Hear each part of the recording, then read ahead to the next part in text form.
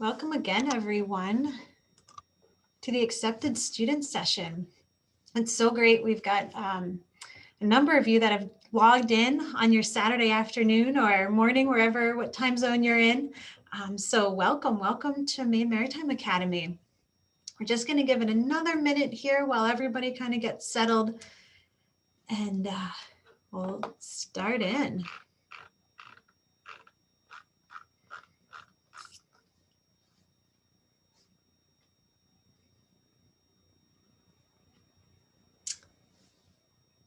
We're going to jump right into the meat of the subject here. Without further ado, I want to introduce myself to begin. My name is Kate, and I'm part of the admissions team here. So I may have worked with many of you, or you've worked with some of my co-workers, Elizabeth Allaby or Kelly Gualteri, or you've come in through another channel. That's fantastic. With me today, I have Stephen Wright. Stephen, you want to give a wave here? He is a current freshman student in the Marine Transportation Operations program, and he's going to be kind of helping man the chat, feeding some of your questions. So please engage in the chat the entire time. If you have questions for Stephen about what it's like to be a student, what things can you expect as a freshman, what RPT was like, he's totally willing to type away this entire time. He's got the 2 thumbs up. But we also have Janice Folk, who is our Director of Residential Life, and she's actually going to take the stage here and tell you kind of the next steps. But before we turn to that, you guys are in different stages of the process. Some are already deposited and have convinced that MMA is the place. Some are still deciding. But first off, congratulations on getting over that big hurdle of being accepted. We are excited to welcome you all to Maine Maritime Academy. I'm going to turn it over to Janice, but while she's giving her presentation, if you guys felt comfortable and wanted to introduce yourselves in the live chat, you can put where you're from and what major that you're looking at going into. And I'm going to kind of keep an eye on the chat for any questions as well. And then we're going to open it up to questions. And after Janice has finished her presentation, if you're comfortable, you can turn on your video and kind of give a wave to your future classmates, which will be really fun. And fortunately, we really wanted to do this in person, and we will get back to that. But without further ado, Janice, I'm going to turn this over to you. Sounds great. Thank you so much. As Kate mentioned, my name is Janice Folk. I am the Director of Residential Life and Student Activities here at Maine Maritime Academy, and I am going to share my screen here. Just give me a moment. And I do not have too much to talk at you today. I do want to give plenty of time for answering your questions, really hearing about what you want to know about. But I want to go over a few things that should be on your radar or should be coming up on your radar. And so some of those next steps. And there are really 3 main places that you want to be looking at this point in time for information moving forward. And those are your My MMA portal. And so that is right at mymma.mma.edu. And so that portal has a checklist of items that you can begin working on, whether it's your medical forms, your immunization forms, your housing applications, things like that. So that's really your go-to checklist for what do I have to be working on right now? And they give the deadlines for those things. We will be adding things on there as they come up, but that's your main go-to place if you're wondering, all right, here I am, what should I be doing at this point?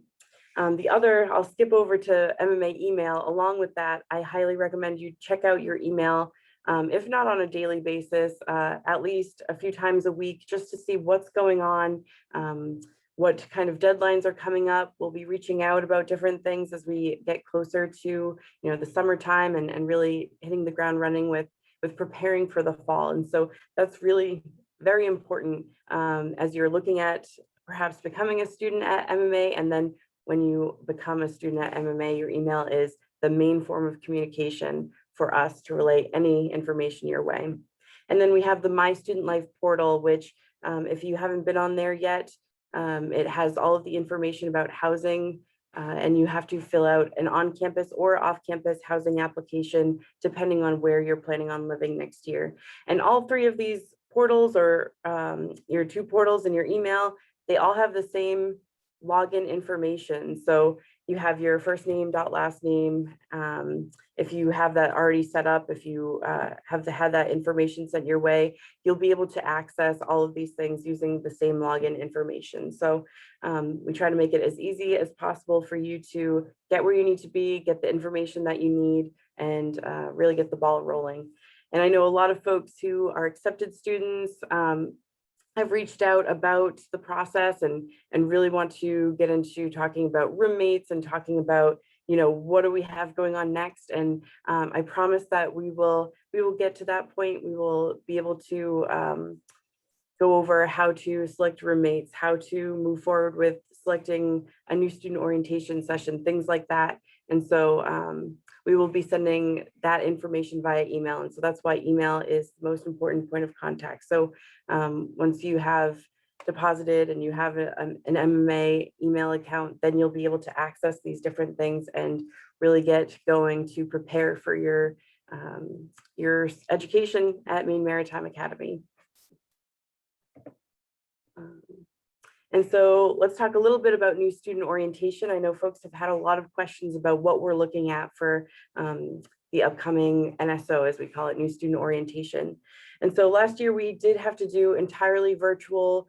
Before that, we've done mostly in-person new student orientations. We're looking at hopefully doing a hybrid version where we're doing a lot of sessions virtually so that everyone can access those from where you are, using videos and postings on Canvas, our educational system that we use for online learning. So we'll use that. And we'll also do some live Zoom video calls with current students, with staff, faculty, and really talk about everything that we have going on and things that you can do to start preparing yourself for the fall. We'll be going over registration and going through that process with our registrar's office. We'll talk to information technology about getting you all set, squared away for everything that you need tech-wise.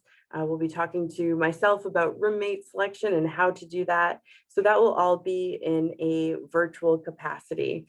Our hope is that we'll be able to bring folks on campus for 3 sessions in most likely June.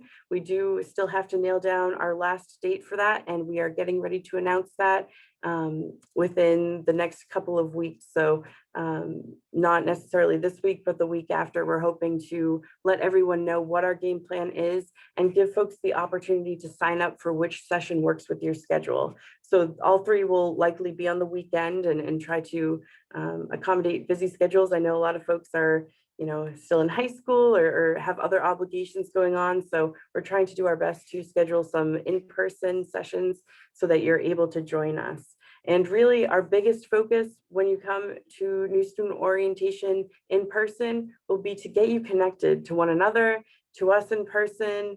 We'll still have safety precautions and all of that, but we'll be able to get out on the waterfront, hopefully get out on the water on one of our vessels and really have fun, because I know that that is lacking in a lot of ways with only virtual capacity things. So we want to really give you that opportunity to talk to people and get to know each other from beyond just the Zoom calls that we will have as well.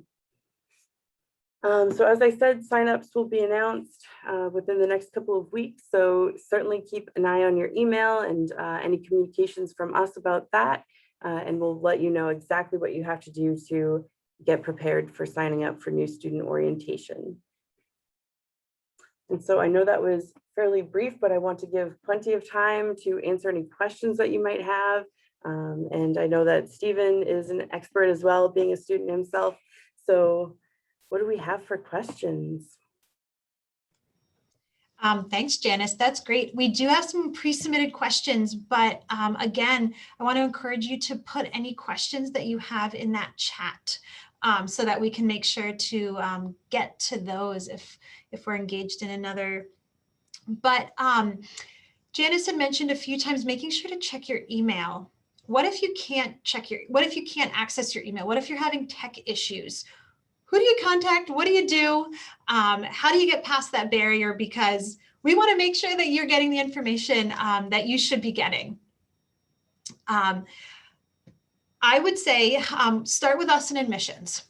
Give us a call, an email. I'm going to be leaving my direct email address at the end of the thread here, so it's not buried in everybody's introductions. But if you can't remember that, the blanket admissions email, which is on every page of the website, definitely reach out to us. We're here to help you. So don't be shy on that. We want to get you what you need. But kind of moving to some kind of the fun stuff. What do the dorms look like, Janice?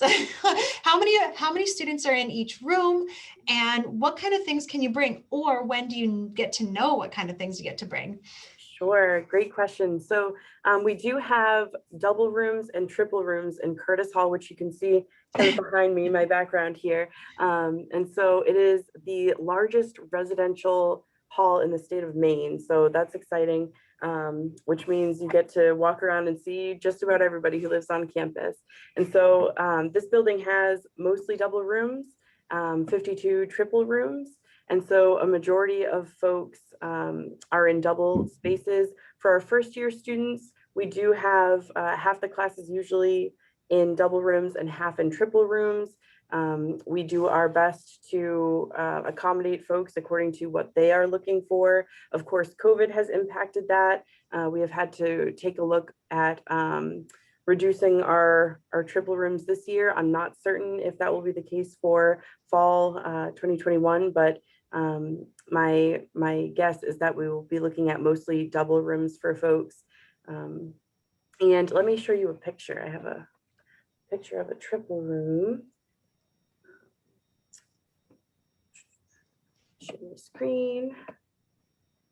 So this is what a triple room looks like. We have fairly new wooden furniture in those rooms. You'll see a lofted bed and a set of bunk beds. Everybody gets their own bed, their own mattress, their own desk, their own drawers, their own desk chair, bookshelf. So everyone in the room gets one of those. Every room also has a mirror in it. There are also lounge areas in the hallway. And we do have some comfortable recliners and things that we have in there. So that's always well liked. We will go a little bit more in depth during our residential life session later on, I believe at 3:30. So if you want to join us then and really get a deep dive into some actual student room pictures, that would be really cool for you to see, I'm sure. So we do have we typically have about 600 and about 600 folks who end up living in Curtis Hall each year with a maximum capacity of 667 folks. And we do our best to accommodate folks who want to live together. We do have a process to request roommates, which we just started a few years ago, which is exciting. And our first year students, for the most part, live in what we call horseshoe rooms, which are long traditional dorm hallways so you'll be able to walk down the hallway, and a lot of folks like to keep their door open, talk to one another, and really, get that community feel. We also have quad spaces typically for our sophomores, juniors, and seniors who live in Curtis Hall, and those are 2 rooms per every bathroom versus 6 rooms per larger bathroom for our mostly our first years and some sophomore students. So that's really what it looks like. I can actually show you another photo. I have one of my background photos is of a Curtis Hall double. And so while the furniture may be different colors in different rooms, this is what it looks like, kind of a different view looking at the doorway versus from the doorway. And this is a double room versus a triple room. So. One other question, and while we're on the topic of dorms, how accessible are the laundry facilities, and do they take quarters? Great question. So the exciting news actually is that we just got brand new laundry machines in 2 months ago, I think it was, in January, February. So we got brand new laundry machines, and they do not take quarters, but you can add funds from, we have a machine right by our Curtis Hall front desk, and you can go down there and add cash on there, or you could just go online and add funds from a credit card. And so they make it fairly easy. And then that way you're not, you know, having to carry around quarters and bring buckets of quarters to school. I know I did that in college, but it's mostly electronic, but you can bring cash. It just takes bills. It doesn't take quarters for our machines, but they're really beautiful, brand new machines. And so we're really excited about those. We do have laundry machines, laundry rooms in every section. And especially for those folks who are in the horseshoe spaces, as I mentioned, our first and second year students, those spaces are right next to the laundry rooms. There are 2 washers and 2 dryers in each room. And that is for about 12 rooms in that kind of area. So pretty easy access, and you don't have to be going up and down floors necessarily to bring your laundry across the building or anything like that. Thanks. No, that's perfect. And just, I think, what you guys want, brand new laundry machines. Can you speak a little bit towards non-traditional students and requirements to live on campus or in the dorms, and where those breakdowns fall? Sure, great question. So it's a little bit different for our folks who are in the regiment versus not in the regiment. So if you are in the regiment, there are different guidelines for your first year as a student at MMA. So you can live off campus if you are 24 years of age or older, if you are a veteran who with 2 years, at least 2 years of service with an honorable discharge, if you are married, and I believe that is it. Those are the qualifications to allow you to live off campus. And all of this is outlined on our website as well, if you want to check that out. For our folks who are not in the regiment, then you have to be 21 years of age. You have to follow, I guess, those other same guidelines, except the difference is that it's 21 years of age where you can live off campus. If you ever have any questions about that or want to seek an appeal, we do have an appeal process where you go ahead and go to mystudentlife.mma.edu and start an off-campus housing application. That will take you through, we have 3 kind of pathways to appeal to live off campus. And one is to live at home. So that is, of course, an option. You have to be within, I believe it's 45 miles away from your primary home. And so you have to give that information and upload information. There's also an appeal process if you have a medical reason to live off, and then an other category. So if you have any extenuating circumstances, certainly let us know, but those are our guidelines as far as living off campus goes. A lot of our non-traditional older students who, or transfer students, folks who are coming back to school, they opt to look at maybe living in the commons. We also have a set of about 20 apartments. They're called in the commons, and they have their own kitchen, their own bathroom, and a bedroom that is double occupancy. So 2 folks live in each commons apartment, and then a living room area. And so if you are 21 years of age or older, you don't necessarily want to live on campus, you want the convenience of living on campus, you have the option to live in Curtis Hall, or you could look into adding yourself to the Commons wait list, and we can take a look at getting you over there if that's something that you're interested in. And that works as well for our folks who are in the regiment, who may not necessarily qualify to live off campus at 21, 22, 23 years of age, but you may be able to live in the commons. So certainly let us know if that's something that you're interested in. You can always email me at my personal email address, or just housing@mma.edu, and we'll start getting the process rolling. But the commons is available only to those who are 21 years of age or older. there was a question in the chat before it gets too buried. What are the sizes of the mattress? Are they a traditional twin or are they an extra long? Yeah, they are twin extra long. Twin extra long. So when you're buying sheets, make sure to get that extra long size. Definitely, so they fit. And then there's another question that's just come in, and how hard is it to get housing in Curtis? Great question. So typically it is not difficult to get housing in Curtis, and we guarantee that for our first year students. So if you are doing everything that you need to do, you know, filling out the on-campus housing application, and so we know that you want to live on, we will get you in there. As I said, if we do have triple rooms in the fall, we will have about half the class is typically in a triple room. And so we try to accommodate folks if they want a double room versus a triple room. And we may not be able to necessarily accommodate everything that you're requesting in terms of that. But we do our best to put you who you want to be with, and in whichever kind of space you want to be in. We do our best to accommodate folks when they want to live on campus like that. Great.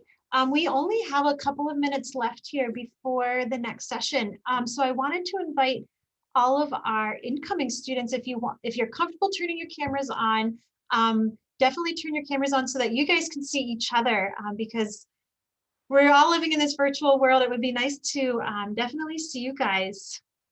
Oh, it's so great. And if you wanted to, you're welcome to put your Snapchat name in the chat so that you guys can be in touch with each other, because it's so great to have a group of cohort friends that you're kind of coming on board with. So it's up to your comfort level to share whatever information. But I'm going to be sharing my email address. Please reach out to me. If at any point you're reaching a snag in this process, we're here to help. Whether it's trying to get on board to pay that enrollment deposit, or contacting a coach because you've lost that contact, or what clubs do you have to offer? I'm looking forward to the clubs. Let us know. We are here to help. And Janice as well. Housing questions definitely will be referred to Janice. And so that MMA email address is important. And even if you haven't deposited yet, do check that every so often. We're not asking you to check it every day or a couple of times a day, but every so often, just so that any important information you're able to get to that secure email. So it looks like a few people have been putting their names in. So definitely keep in touch with each other. And it's so great to see all these faces. Some of you we have been able to see here on campus for tours, and some are still coming. But I do want to mention that we are open for in-person tours. If you haven't seen MMA, we would love to see you. We have our schedule laid out until the end of July right now. And I will put that link in here in 1 minute. So definitely come visit. We would love to see you on campus either later this spring or this summer.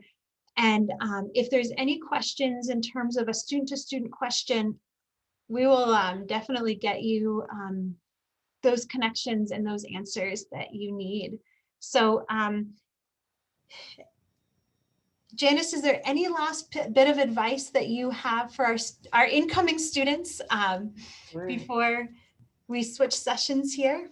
Absolutely. So I will put in a plug to join us for our, or at least watch afterwards, the residential life session in an hour. We will have some current students who work for residential life and student activities who want to let you know about all the fun stuff that we have going on, and what it's like to live on campus, as well as get involved now, starting now. Follow our Instagram pages, follow our social media.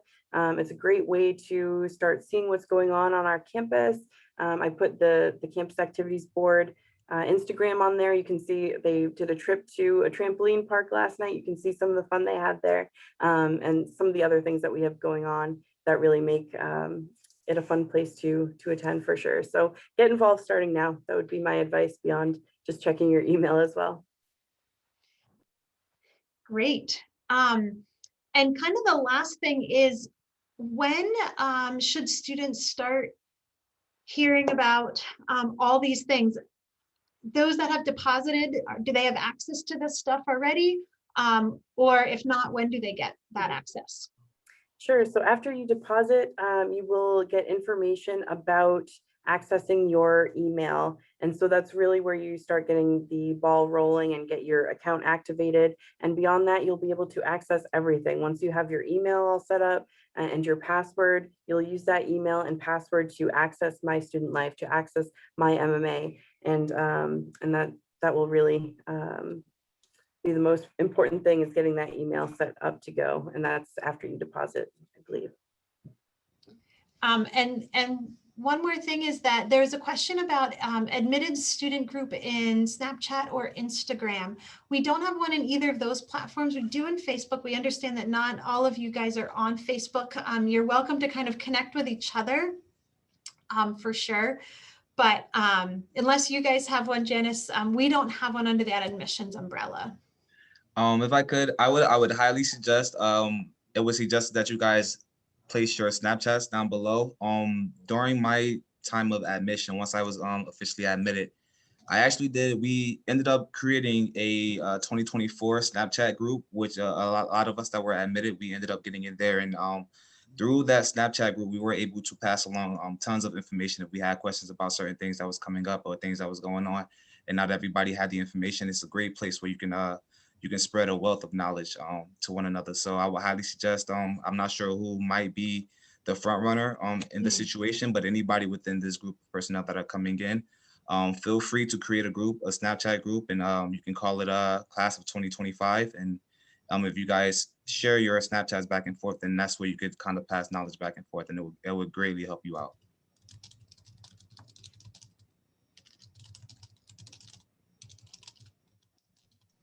That's great. Thanks, Stephen. Yeah, that's great advice. We're coming at the end of our session here. So I know you guys might want to tune into other sessions coming up. We have the clubs and organizations session on stage 3. So you'd actually log out of this. I'm going to put that open house page on the chat here in a second, so you guys can continue to write down your snap names. And then you can log into that clubs and orgs. And then on the main stage at 3 o'clock, we have the marine transportation. So if you're trying to decide between majors, it's definitely worth hearing those major sessions.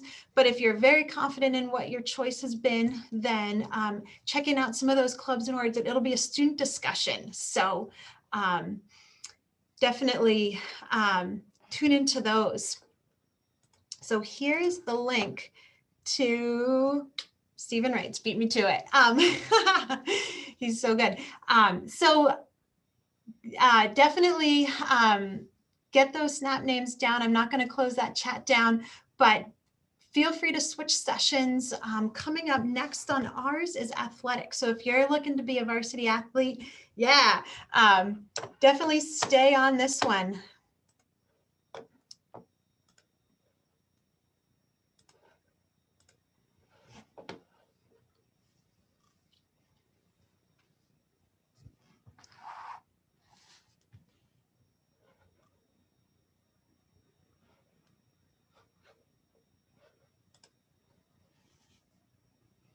We're just going to give it another minute or two while everybody switches between their Zoom sessions if they wanted to. So hang tight for another minute while we get everybody into that athletics session.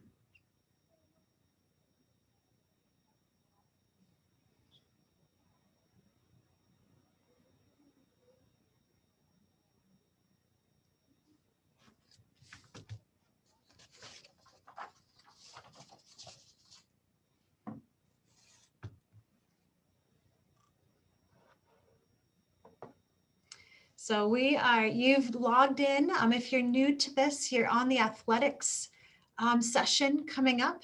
On the main stage, it's marine transportation, and on stage 3 is clubs and orgs. So the stage that you're in and tuning into is athletics.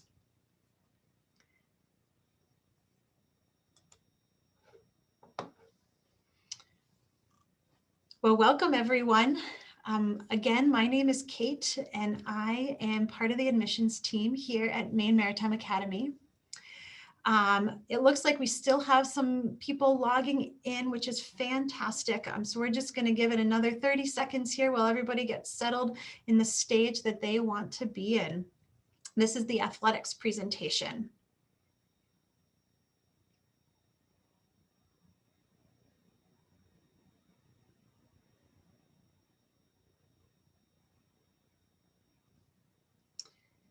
Well, welcome. It's 3 o'clock. I think we've settled in here on our participants.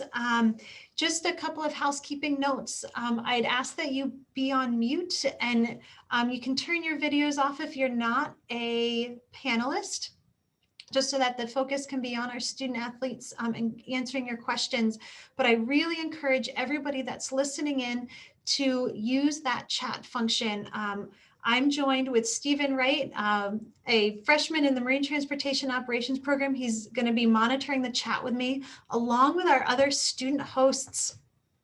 And not to forget Steve Peed, who is our Director of Athletics. I'm going to turn the stage over to him in one moment, but I also wanted to go around and introduce our student athletes. So perhaps Bess, if I can start with you, just to say what your major is and what sport you play, would be great.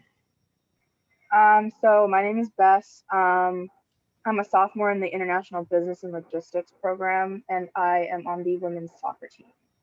Great, welcome. Tristan, I'm going to go to you next. Good afternoon, everybody. My name is Tristan Walker. I'm a junior in the oceanography program, and I'm on the sailing team here at MMA. Great, yes. And Sammy, can you hear me? Yep. Hi, everyone. My name is Samantha, and I am a senior in International Business and Logistics, and I'm on the women's basketball team. Great. And Dylan?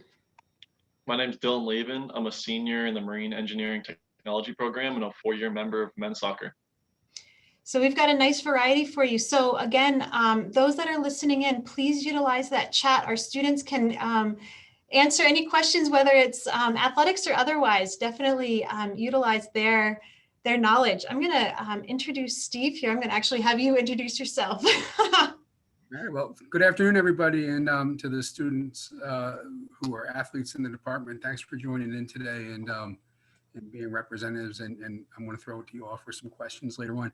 We talk all the time about the awesomeness of opportunity and how finite opportunity is, and I think if there's one thing we've learned over the last year practicing and competing in masks, less than maybe we would have liked, that finite opportunity is pretty precious.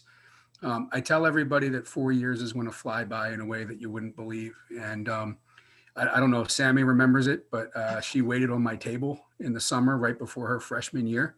And it's really hard for me to believe that it's been 4 years that fast. And Sammy, it goes by pretty quickly, right? It definitely flies by pretty fast. Yeah, so we definitely want to make the most of those opportunities. And I think we do a pretty good job inside of our athletic department of providing great opportunities. We take care of making sure that you have all of the things that you need as an athlete. We like to look after you and make sure that we're excelling in the classroom. And really, I think our students live up to the expectations that we provide to them. We set a bar pretty high. We expect our students to be leaders on campus in every aspect of their life, academically, socially, inside of clubs and organizations. And that's really true across all of our department. So we're actually going to show a video to you. Where you're going to hear from some students. You're going to hear from myself, where I'll reintroduce myself, so we'll forgive that awkwardness. And then you're going to hear from some other coaches on my staff. And so with that, I'll throw it to Kate to take it away. Perfect. Thank you, Steve. I'm going to share my screen here, and after the video, we'll join back in with each other.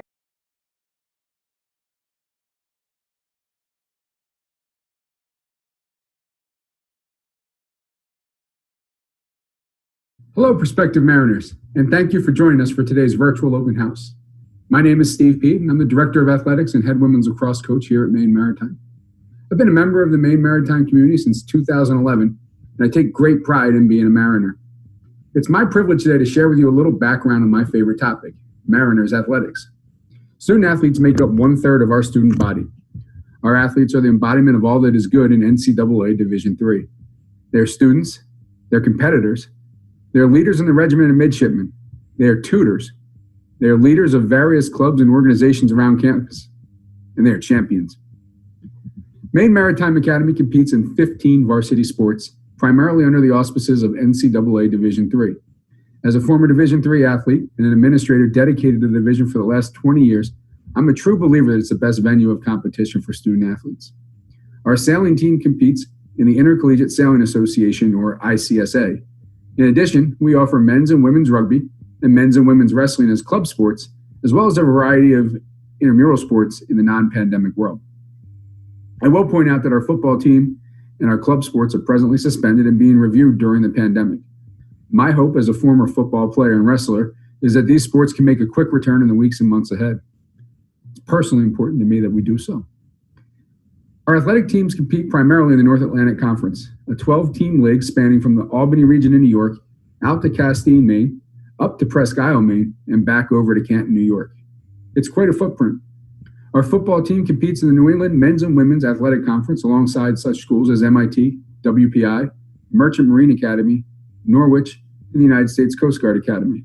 Our league stretches as far south as Catholic University in Washington, D.C. Sailing competes in the New England Intercollegiate Sailing Association, which logically includes competition throughout New England. Our coaching staff is comprised of dedicated professionals committed to the mission of preparing our athletes for lifelong success through dedication to one's team, individual growth, and a passion for sport, education, and profession. We value integrity above all else as the driving value towards leadership, citizenship, and sportsmanship. We never miss a teachable moment in helping our athletes become the best versions of themselves. Our approach is paid off in the classroom, on the floors, fields, trails, courses, and waterways in and around Castine. Our student athletes have piled up an impressive array of honors and awards for their athletic prowess, and our Associate Athletic Director and head women's volleyball coach, Tricia Carver, will tell you more about that in a moment. But we've also been impressive in the classroom. Over the past 8 semesters, our student athletes have turned in a term and cumulative grade point average of 3.0 or better, while landing over 50% of our athletes on the Dean's List. Nearly all of our teams are recognized annually by the Professional Coaching Organization as a national scholar team in their respective sports.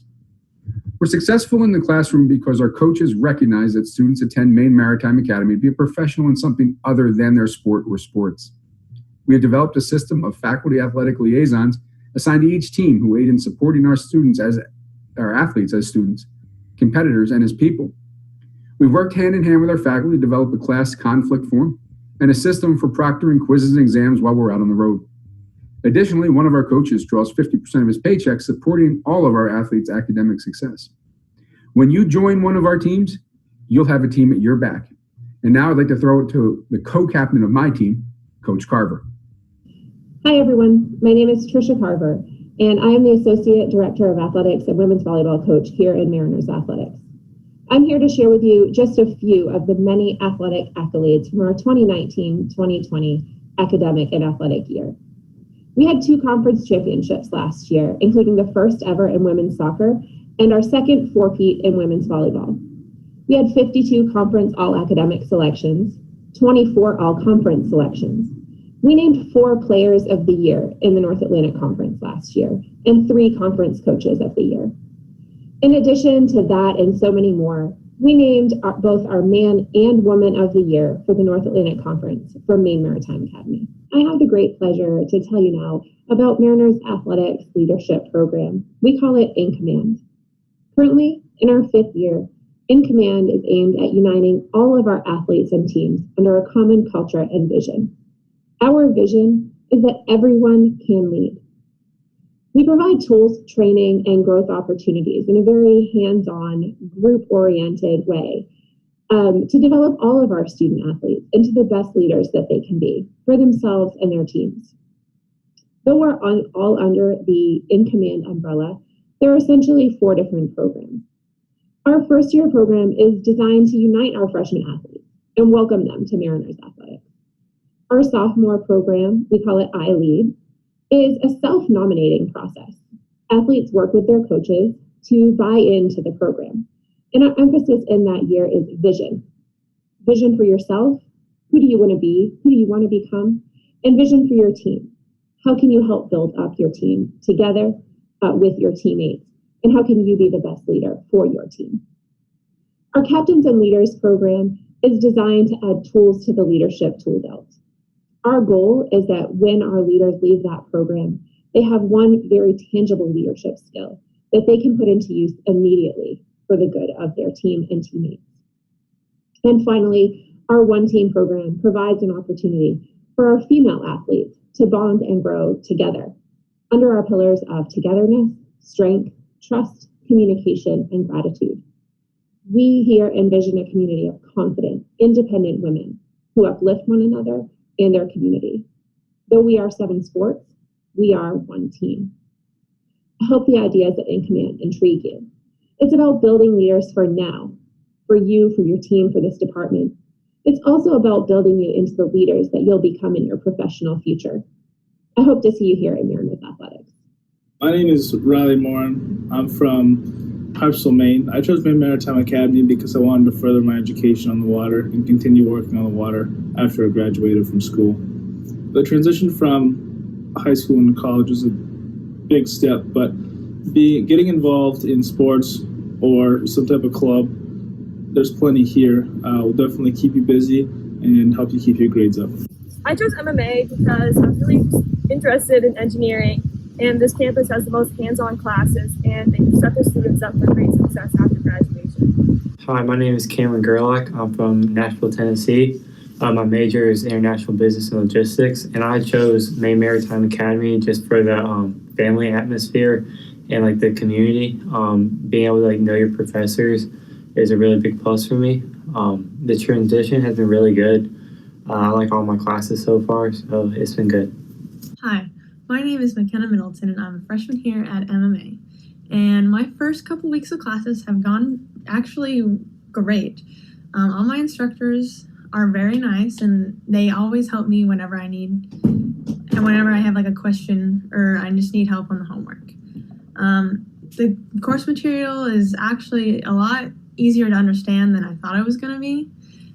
So that also helps in getting adjusted to my new college experience. And even though we can't have our games or our scrimmages this semester, my coaches have done everything that they can to make sure that we still have productive but fun practices, all while staying socially distant and wearing masks.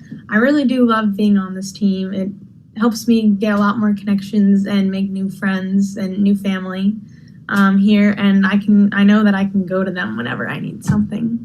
Overall, my experience at MMA has been a great one so far, and I'm very happy with my decision that I came to further my education at this college. And I'm very excited to see what future job opportunities that this college can bring me. My name is Marquise Flegler. I am a junior right now in the International Business and Logistics program. My favorite part about being a student athlete here at MMA is just the closeness surrounding that the whole athletic faculty and staff have together. We work as a family here, and everybody's very friendly, and everybody always wants to keep you in the loop and let you know of what's happening around here and give you that sense of safety.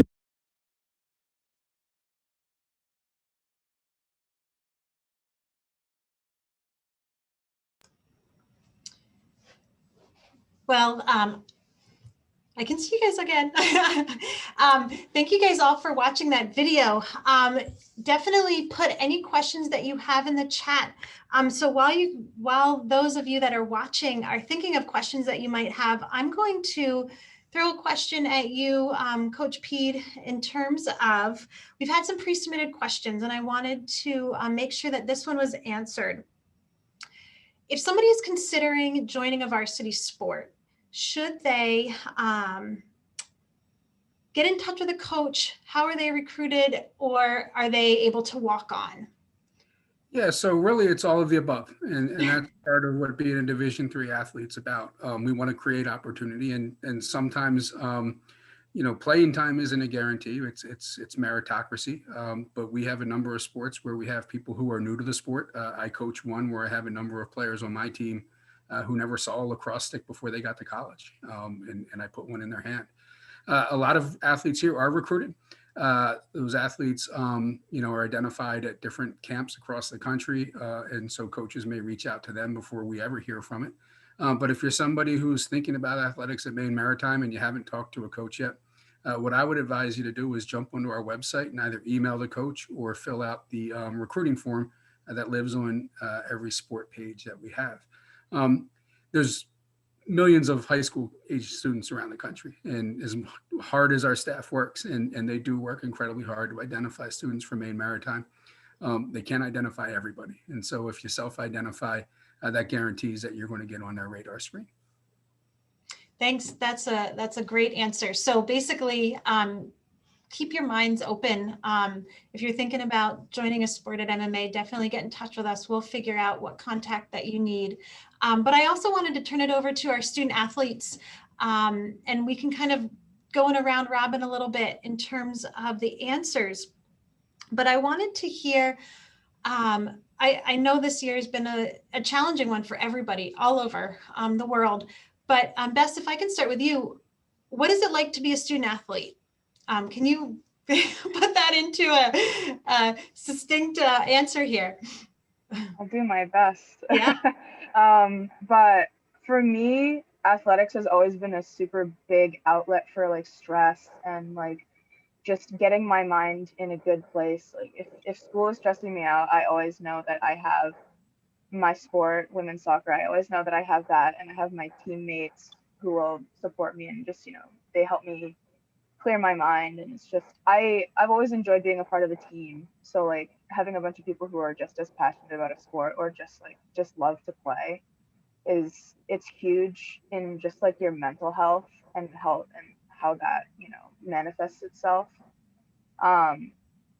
Academically, being a student athlete, I work well under pressure. So like having practices and games like on my radar and knowing that I have to do those as well as keep up with my grades, that helps a lot with time management. Just, knowing that you have this set practice time every day, knowing that you have to make a plan for when you're going to work in homework and work in what you need to do for, getting in touch with your coach and getting in touch with your professors about work. It's a good balance to have, and it teaches you how to really be good at time management. So that's all I got right now. No, that's I think that answers it very well in terms of what we had heard in the video in terms of the academic standards that our students are held to. And we're going to go back to that in a second, but I want to hear from some of our other athletes. Dylan, I'm going to turn the mic over to you here. Okay, thank you. So being a student athlete here on campus, it really just develops a sense of like family and togetherness with yourself and your team. Developing as a team, you really just you get the sense of like a bond, and everyone has each other's backs and everyone helps each other out on and off the field, in and out of the classroom. And honestly, like, it's just a great way to spend 2 hours of your day every day that you can, to keep, fighting for something. You get a chance to compete. So even through COVID, we've had for our men's soccer, we've had a few games that we've been able to participate in, and we practiced for almost all the semester and most of last semester. So through this difficult time, we're still able to go on practice, and while it's difficult, we're still able to do our best. I think that's a note, is that they have been practicing and playing a few games. Tristan, can I pass it to you? Absolutely. So being a student athlete is something that I wasn't planning on when I came to MMA. I had an uncle who went to MMA, and he was on the sailing team when he was here. I had sailed before. I knew a couple other people that I met at orientation who said they were going to sail. And during my first week of class, I just walked down to the coach's office and had a brief conversation with him. He asked me 2 questions, which were, have you sailed before? And then he said, can you make it to practice tomorrow? And I said, yes. And he said, cool, you're on the team. I wasn't really expecting it, but it's kind of taken over a lot of my my time here. And I'm really thankful for it, because just like Dylan and Bess was saying, that community is so important. And I know I would have had a lot more trouble in class, and I don't even know if I'd still be here without that outlet every day. Just the love of getting out on the water and getting out with those great people, getting to go to all these cool regattas on the weekends all over New England. Being a student athlete is such an important part of my time here at MMA that I don't know what it would be like if I wasn't doing this every afternoon. So I highly recommend that, even if it's not something you're planning on right now, give it a shot. You know, what the worst thing that can happen is you go to a few practices, you get to know some people, you play a few games, and then, you know, there's your season. So I would don't give up on yourself before you try. That's incredible advice. And it really speaks to what Coach Pete had said in terms of we're open to having you as part of that team. Samantha, I'm gonna throw it to you to round out this crew here. Yeah, sure. Being a student athlete has been one of the best experiences at this school that I've had. I've made lifelong friendships. You don't really know the people you meet, and when you're working your butts off all day long, grinding it out, competing, you really start to build really close relationships with them. And especially when you're also passionate about the same thing and you kind of hold each other to a different kind of standard than most people. And another thing is the standards, for example, that we set for ourselves on our team. We hold ourselves to that not only on the court, but off the court as well. Because when we're in public, when we're at a restaurant and we're wearing our MMA gear that says Maine Maritime Basketball, we are representing our program and everything that we stand for. So it really gives you, it kind of makes you more conscientious of like something that's bigger than you. So I think that's a really big value that I've learned throughout my time being a student athlete. I just want to jump in, Sammy. I really appreciate that point. And that's what Respect the Anchor is all about, is that everywhere we go, we are representing that anchor. We're representing that brand. One of the things that I think was consistent that I heard from all the students is something that I just know to be true from my decade at Maine Maritime. And that's active students, engaged students are the ones that thrive at Maine Maritime. That highly structured piece that athletics adds to it really is part of the reason that our students perform so well in the classroom, is because they get that structure and that time management. I did see 2 questions come across in the chat, and I'd like to take them. The first one I saw was about wrestling. God, I hope so, is really my answer. I wrestled and played football, and those are my sports. And I worked hard to get the wrestling club up and running, and I hope that at some point we can take that forward to full varsity. We're going to see where the science is in September. But I think if enough people get shots in arms here soon enough and we start to see the virus tick down, that's something that we can possibly resurrect. And I hope as soon as next year. The other question I saw was, do practices occur year round? Yes and no.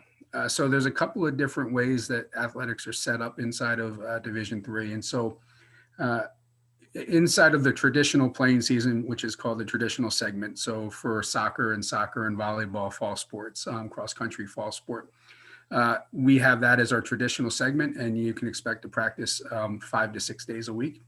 And then in the spring semester, that those same teams would practice up to 16 contact dates during that, what was called the non-traditional segment. So if you're a soccer player, you'd have that traditional fall season, which lasts roughly 100 days. And then in the spring, you'd have about 16 days of practice. And because for every rule that ever exists, there's always exceptions. Sailing, golf are both split season sports. So golf plays the bulk of its season in the fall in New England, but the NCAA championship occurs in the spring. So we play a short spring schedule. And then again, with sailing, it's a split schedule. So in the early part of the year up through October, there's sailing. As it starts to get really cold, actually into early November. And then the boats come in off of the water, and then again, it starts back up in the spring. So there's a number of different ways that it manifests over the course of the year, but when you're in the competitive part of the season or the traditional segment, you can expect to practice anywhere between 4 and 6 days a week. One last question. I know we've got only about 5 minutes left in this session, but I wanted to address with you, Steve Pede, is can somebody be in the regiment and a varsity athlete? Yeah, and easily, and can thrive easily. Again, it's that structured thing, and I think about we talked about the three North Atlantic Men of the Year that we saw there were all regimental students. Sydney was not. She was our first female athlete or female of the year in the North Atlantic Conference. But yeah, the men were all in the regiment. We have about 50% of our students in the department are in the regiment, and they thrive. They do absolutely outstanding. Those things definitely coexist. And if any of the regimental students want to speak to that, feel free. I can touch on it real quick. Your first year in the regiment, there's a lot of busy time, especially during the fall semester. But after that, it's just another part of your life. And doing both athletics and the regiment, it's tough occasionally, but you do learn time management, and it just gets easier over time, and you learn to live with it. And it's just another one of those habits that you make. Definitely. It's all about that time management, and we teach that well here. If I could add on to that, I would say that my freshman year, I'm from out of state. Freshmen aren't allowed to have cars on campus. So being part of the team was very valuable for me because I could get out on the water every day of the week, but I also could travel with the team to events all over New England. And that's something that, especially through Mug Month, that was really, really important to me and really helped me, again, clear my head and keep me here at MMA. Absolutely. Well, one last question, and I don't know if you're going to be able to answer this, but did you see it in the chat? Yeah, and the answer is at this time, it's not a requirement.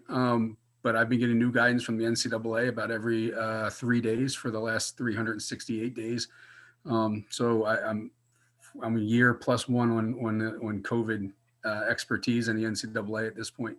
And so I don't think that that's something that would be forthcoming because it's still experimental, the vaccines. But I don't want to speculate. That may be something that down the road is a requirement from the NCAA. At this moment, it's not. And so I don't have a crystal ball, but I'm hoping that enough people get vaccinated that this virus goes away and we can get back to life without masks. Practicing in a mask is not the world's most fun thing to do. And I'll be honest, even coaching in a mask is not the world's most fun thing to do. And I look forward to a day when I can see the smiles and people kind of not having to breathe with a wet mask going in their mouth and up their nose. Well, I've put my name here as my email address, catherine.kana@mma.edu. And so if anybody that's watching has questions for our athletic teams, please reach out to me and I can get you connected with the proper channels.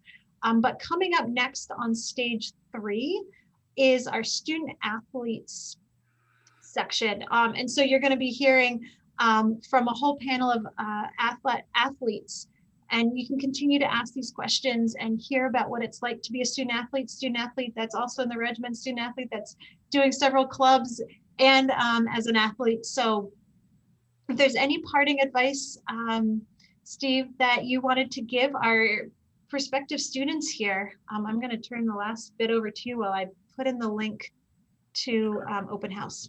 So I would say get involved, and it doesn't mean just being involved in athletics. Most of the people that you see on the screen here are involved in several phases of campus life. I know 2 people on my team are involved in the campus activities board that put on great programs for students, and just get involved and experience all of it. And you'll find that you can manage all of it. You'll find that you can manage your time, and you'll find that you get to know all sorts of people from all different walks of life, and all of those perspectives will help you grow as an athlete, as a person, as an individual in every way.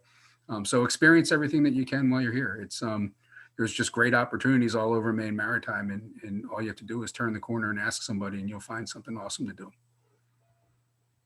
That's great advice. We're going to turn it over so that if you wanted to switch sessions, feel free. I'm just going to share my slide here. But as people are switching between the different stages and getting settled, we're just going to give it a minute. Coming up next on this stage is the residential life. Coming up next on the main stage is marine systems. Coming up next on stage 3 is student athletes.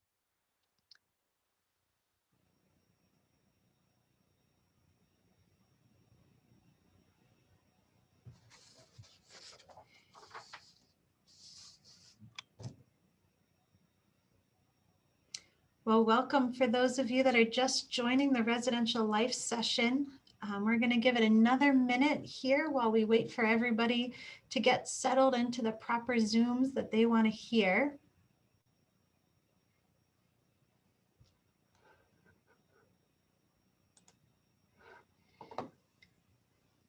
Great. Well, it looks like we've got a number of you joining, which is fantastic.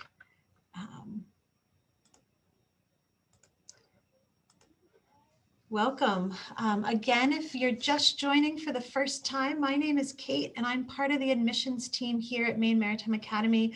I may have been working with some of you already.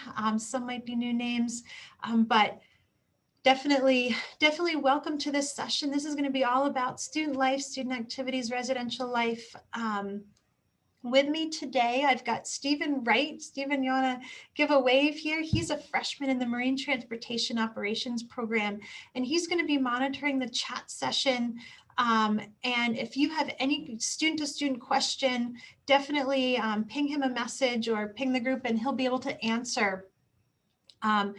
But without further ado, just actually before we go on, just a few housekeeping things.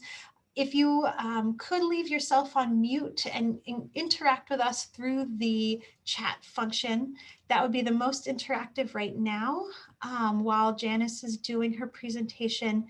But certainly, definitely leave any messages that you want for us to engage with and answer. But I'm going to turn it over to Janice Folk, who is the Director of Residential Life. And if you can give a welcome, and then we're going to introduce our students that are with you, and then we can dive into the presentation. Sounds great. Hello, everyone. My name is Janice Folk. I am the Director of Residential Life and Student Activities here at MMA. And so I'm really excited to be here and talking to all of you about what we have in terms of on-campus accommodations and activities and things within our student life. Great. We're going to do another round of student introductions here for those that are helping Janice. And so why don't we start? I'm going to go by my screen just because I want to make sure we get everybody. I'm going to start with Beth.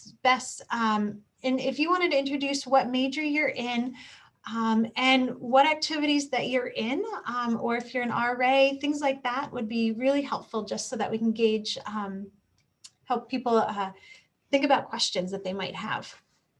Sure. So my name is Bess. I am currently a sophomore in the IBL, or International Business and Logistics program. I'm involved in quite a bit on campus. I'm a women's soccer player as well as an RA. And I recently became one of the student representatives on the Alumni Board of Directors too, which is pretty fun. But yeah, I am an RA for this purpose of this meeting.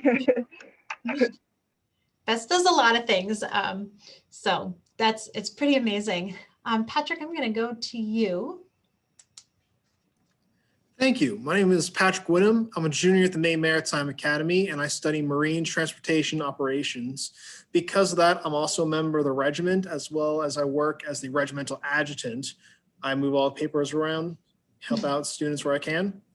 In addition to Bess, I am also a RA for the Curtis Hall Dormitory, and I also like to go and spend time with the MMA Woodsman Club when I get breaks in between classes. Awesome. Thank you. Phoebe, I'm going to go to you next.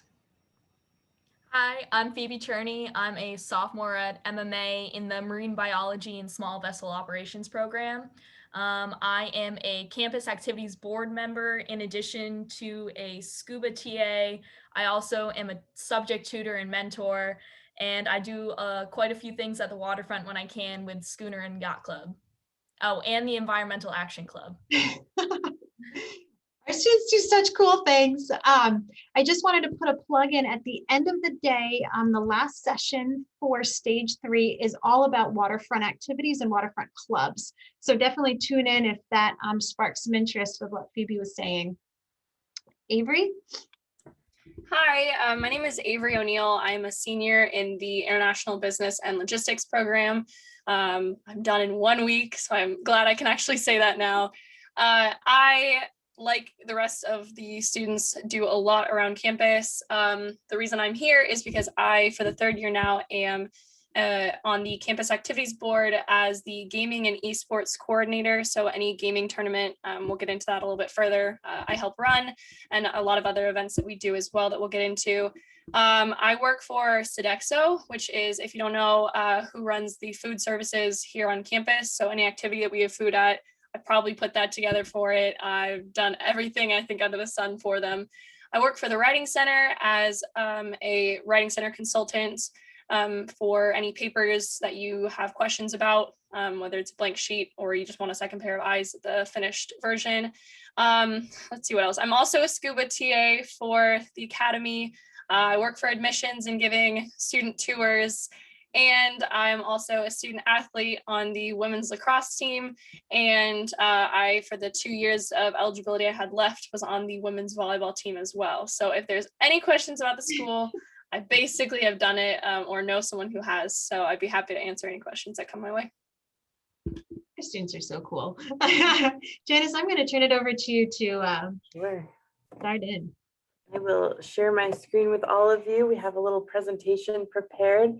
And so we did want to talk about kind of student life in general, a lot about our residential life. So student life encompasses residential life, living on campus, dining services, our student activities, campus safety, which is a great staff, 24/7 service there, counseling services, and health services. So we'll really be talking about residential life. We'll talk about student activities. And then if you have any questions about any of the other areas, if you want to know more about our food or anything like that, you can certainly feel free to throw some questions in the chat, and we'll be happy to answer those as we're able.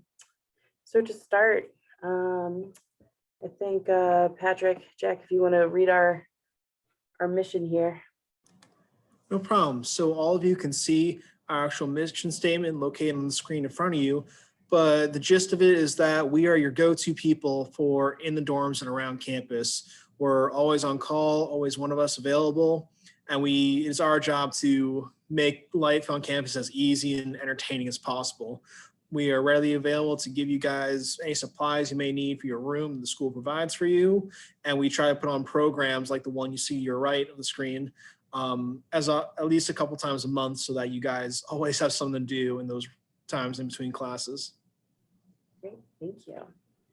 And so let's talk a little bit about housing and on-campus accommodations that we have. And we'll start with the Commons. So you can see the Commons here from the outside. It is made up of 2 buildings, and they in total have about 20 apartments in them, and each apartment is double occupancy. And so there are 2 folks in each of the apartments. They have a kitchen, they have a living room, they have a bedroom that is shared, and then a bathroom as well. So we permit students who are 21 years of age or older to live over there. It's mostly our upperclassmen and our graduate students, when applicable, who live over in that space. So we do have a professional live-in staff member who typically lives over there, and a resident assistant who lives over there. So the Commons, it does not have that much space, so they are in high demand. So if you are thinking of attending and thinking of wanting to live in the Commons and you qualify, you can certainly reach out and let us know. But they are very popular with our students. We also have Curtis Hall, which is the largest residence hall, college residence hall in the state of Maine. And so that's pretty exciting. As you can see in the picture here, some of our rooms have fantastic views of the ocean, and it's just gorgeous. You can't really beat that. So we do have 254 double occupancy rooms and 53 triple occupancy rooms. This picture is just an example of what a room may look like. One of our double rooms here. We have community, semi-private, and private bathrooms depending on which room you're living in. So some of the rooms do have restrooms within them. And then we have some rooms that are 2 rooms per bathroom, and some rooms that are 6 rooms to a bathroom. So it just depends on what type of room and where you're living. We do have a professional live-in staff member who lives in Curtis Hall. and up to 13 resident assistants who work in the hall, and they help you access any cleaning supplies. They help act as a resource. They're there to help you feel welcome and really get you set to go in not only Curtis Hall, but also at MMA in general. There are some amenities that come with living in Curtis Hall, including streaming cable access. So we go through Spectrum U. So as long as you're on the Academy internet, then you're able to stream TV shows and movies, whether live or on demand. We also have, of course, internet, laundry rooms in each section with brand new laundry machines, which I'm excited about, but they're beautiful and they're easy to use. Study lounges throughout the building, cleaning closets with cleaning supplies for you to use, borrow, as well as some summer storage for our residents. And then we also have the bilge, which we will talk about a little bit more in depth in just a few minutes. So here are some more pictures of what rooms look like. A triple room being on the left there, and then another double room on the right. And so you can kind of get a feel for what those rooms look like. They are, as we mentioned in a different session, if you weren't there, they are twin extra long mattresses. Each student gets their own desk chair, their own bookshelf, their own mattress, their own bed, as well as a set of drawers and a wardrobe. So everyone gets their own furniture, whether they're in a double or triple, whatever the case may be. There's also mirrors in each room, as you can see there. And so everybody gets their own in that respect. Yeah. And then here's some pictures of some decorated rooms. I wonder if the students on the panel, if you guys could talk a little bit about just your experience with living in Curtis Hall, if you've lived in Curtis Hall, and kind of what that experience has been like.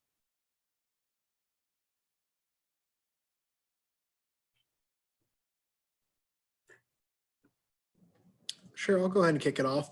So as a regimental student, my room picks were a little bit restricted just because part of being the regiment, but the more time we spend there, the more stuff we're allowed to have. So at this point, I've got a TV in my room. I got some nice Christmas lights hanging the walls, and I always make sure to find a room with a nice view, because I gotta say, some of the views we have from Curtis Hall are the best Maine has to offer.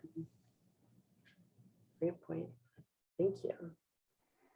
Yep, so these are not, sorry, Janice. The picture on the right is actually my room from last year. But I mean, I personally enjoy putting in the work that it takes to move around the furniture in the rooms.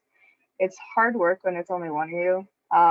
It's a good workout, but you know, finding different ways to set up your room to make it like super spacious. Like I still, as an RA, have 2 beds in my room, so I managed to like maneuver everything around to make it so I have enough room for like a dining room table pretty much in the middle, which is pretty fun. I didn't make that purchase yet, but we'll see how it goes.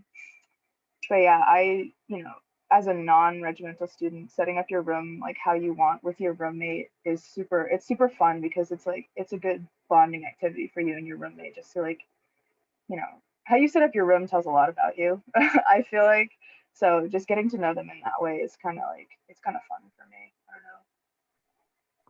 Yeah, to add on to that, my roommate and I always have fun. We actually completely rearranged our room second semester and made it more spacious for more studying, because we had a lot of classes this semester.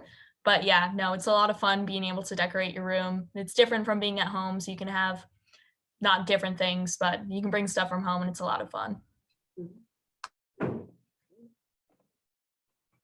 So just a little bit more about the resources that are right in Curtis Hall. We do have the bookstore is right in Curtis. It's on the basement kind of lowest level.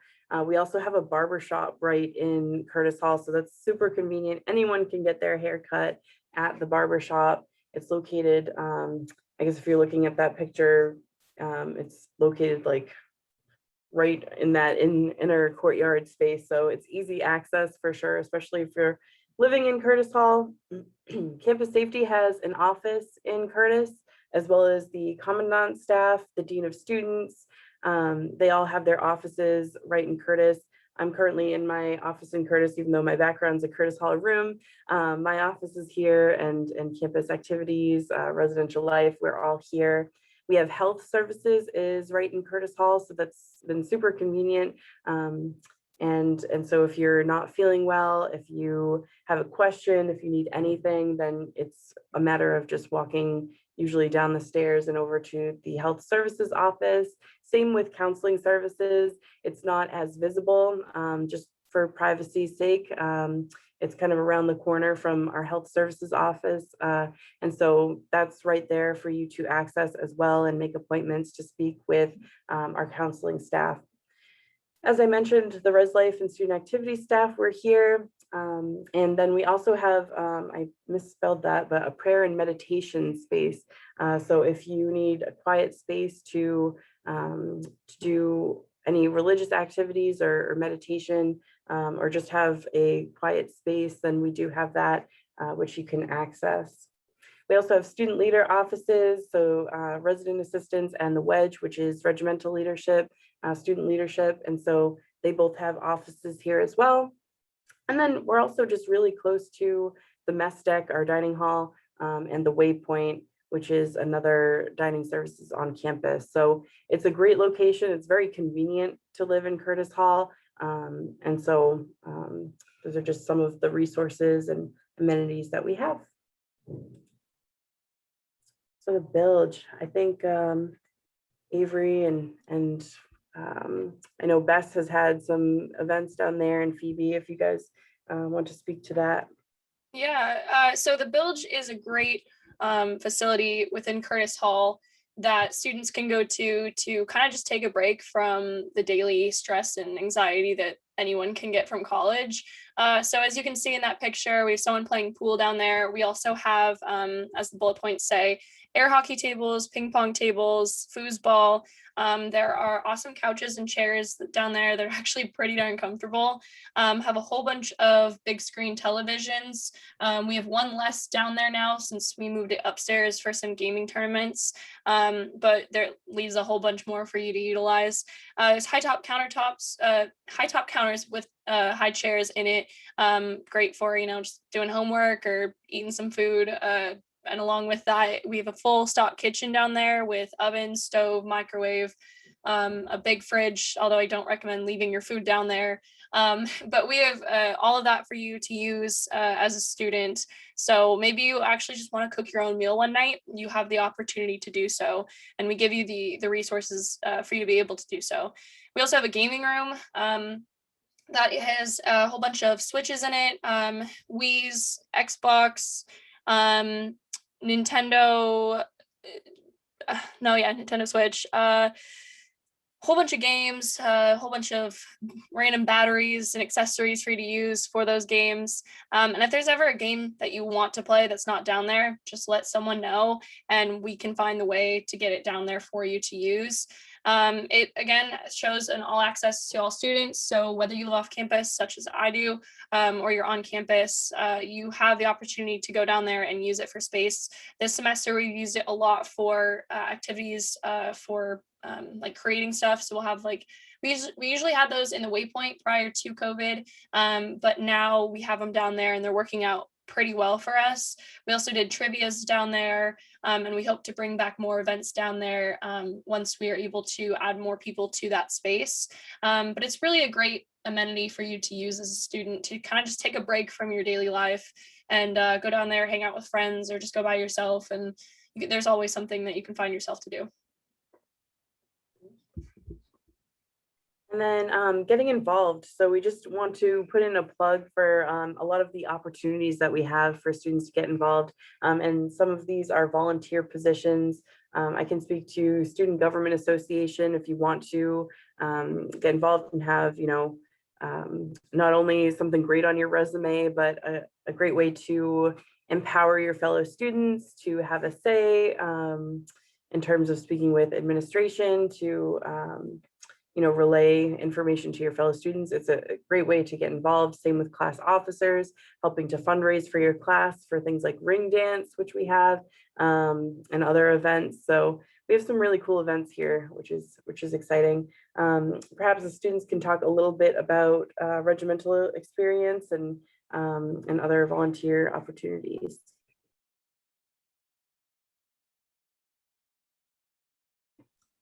If you stick your neck out, there is always something to do. There's always someone who needs help, whether it's volunteer or paid position. We'll get into that part a little bit later. But if you want to volunteer, if you want to add stuff to your resume, which every career position that you can look towards, whether you go to MMA or another college, you should always have volunteer work on your resume. And so if you're looking for it, there's an opportunity to do so here. Not just what is shown in the bullet points, but there's a lot more. There's volunteer positions for athletics, volunteer positions for admissions. But if you want to take the step towards a leadership opportunity, that's a volunteer position, not only is that going to beef up your resume, which is awesome, but it's a way to get to know the community that you're going to be going to school with for 4 years, whatever you're going to school for. And so I think that's really awesome because, like Janice said, you can have a say in what happens on the campus. You can have a say when it comes to better ways to make things more safe. You have the opportunity to show off like what events you want to see. If you want to make a difference, there's an opportunity for you to do so. And I highly encourage all of you who are fascinated in that to get to learn more. Thank you. And we do have some paid positions as well. And so I know everybody, the students here can certainly speak to these if you don't mind just talking a little bit about your experiences. I know we're running a little bit short on time, so. I'll go.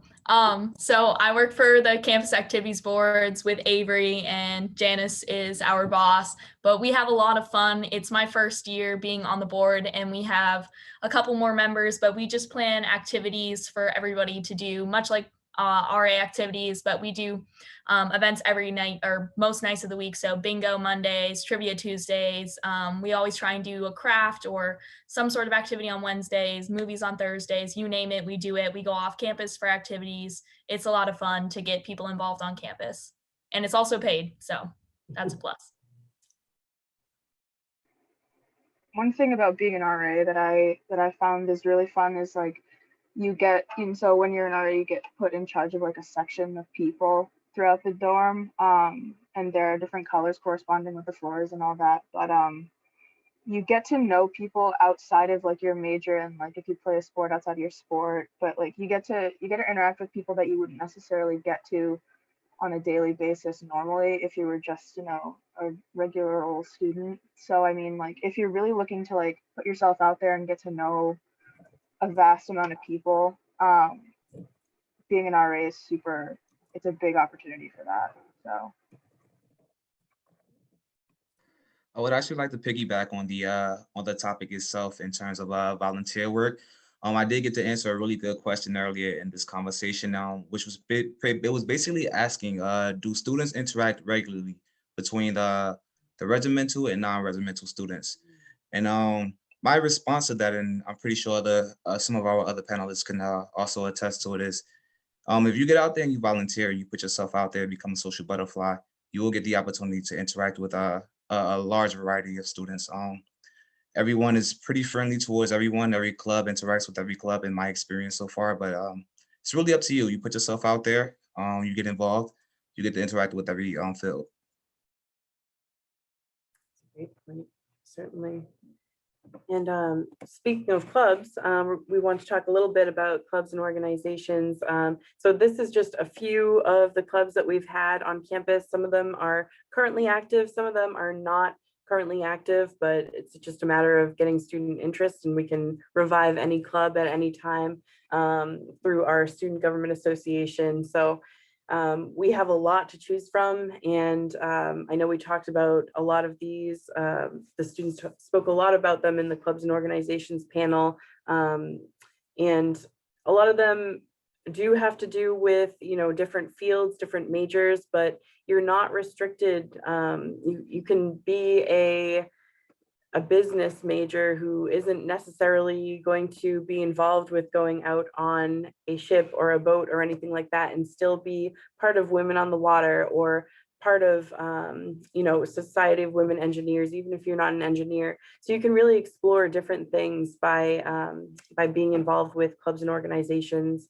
You don't have to have experience going sailing to be on the schooner crew or the yacht club or anything like that. It's really about what you have any interest in, if you want to get your feet wet, so to speak, in any of these different areas, and really put yourself out there. It's a great way to just check out new hobbies and activities.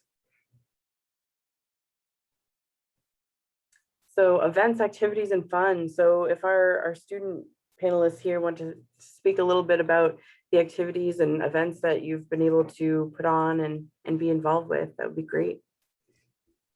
Yeah, so being part of the Campus Activities Board for 3 years now, I have done and attended and seen a lot of different events that we have here on campus. Some of the ones that I'd like to highlight that have been really fun for me. To start, bottom center picture, that was the chili cook-off that I won 2 years ago, and I'd like to say I'm still the reigning champ because we didn't have it this year. I'm also still wearing my shirt from it. I love it that much. But that was literally one of the best events that we put on, I think. Chili cook-off, awesome to make chili, super fun. I'm actually making some tomorrow for Easter. But it's also just a great time to get to meet people, have awesome food, and really just kind of get to know one another. We've also had a bunch of trips that we've done. So we did a trip, a ski and snowboard trip. We did an ice skating trip. Last night, actually, people attended a trampoline park trip. So we have done these despite COVID. So it's really awesome that we get the opportunity to do so. As Phoebe mentioned, we have bingos. We have jackpot bingos, which is just basically bingo times 10 awesomeness. And then we do a whole bunch of things. As you can see on the left picture, we have a whole bunch of like blow up events that we'll bring to campus. We'll have magicians, we'll have hypnotists, we'll kind of just have things out for you to just enjoy weekly. Lots of movies, which is awesome because there's not really a movie theater nearby us, so we can just put those on and it kind of just acts as such. We will always have snacks for you. I think that's a great thing to point out. We will always have snacks, so you'll never go hungry.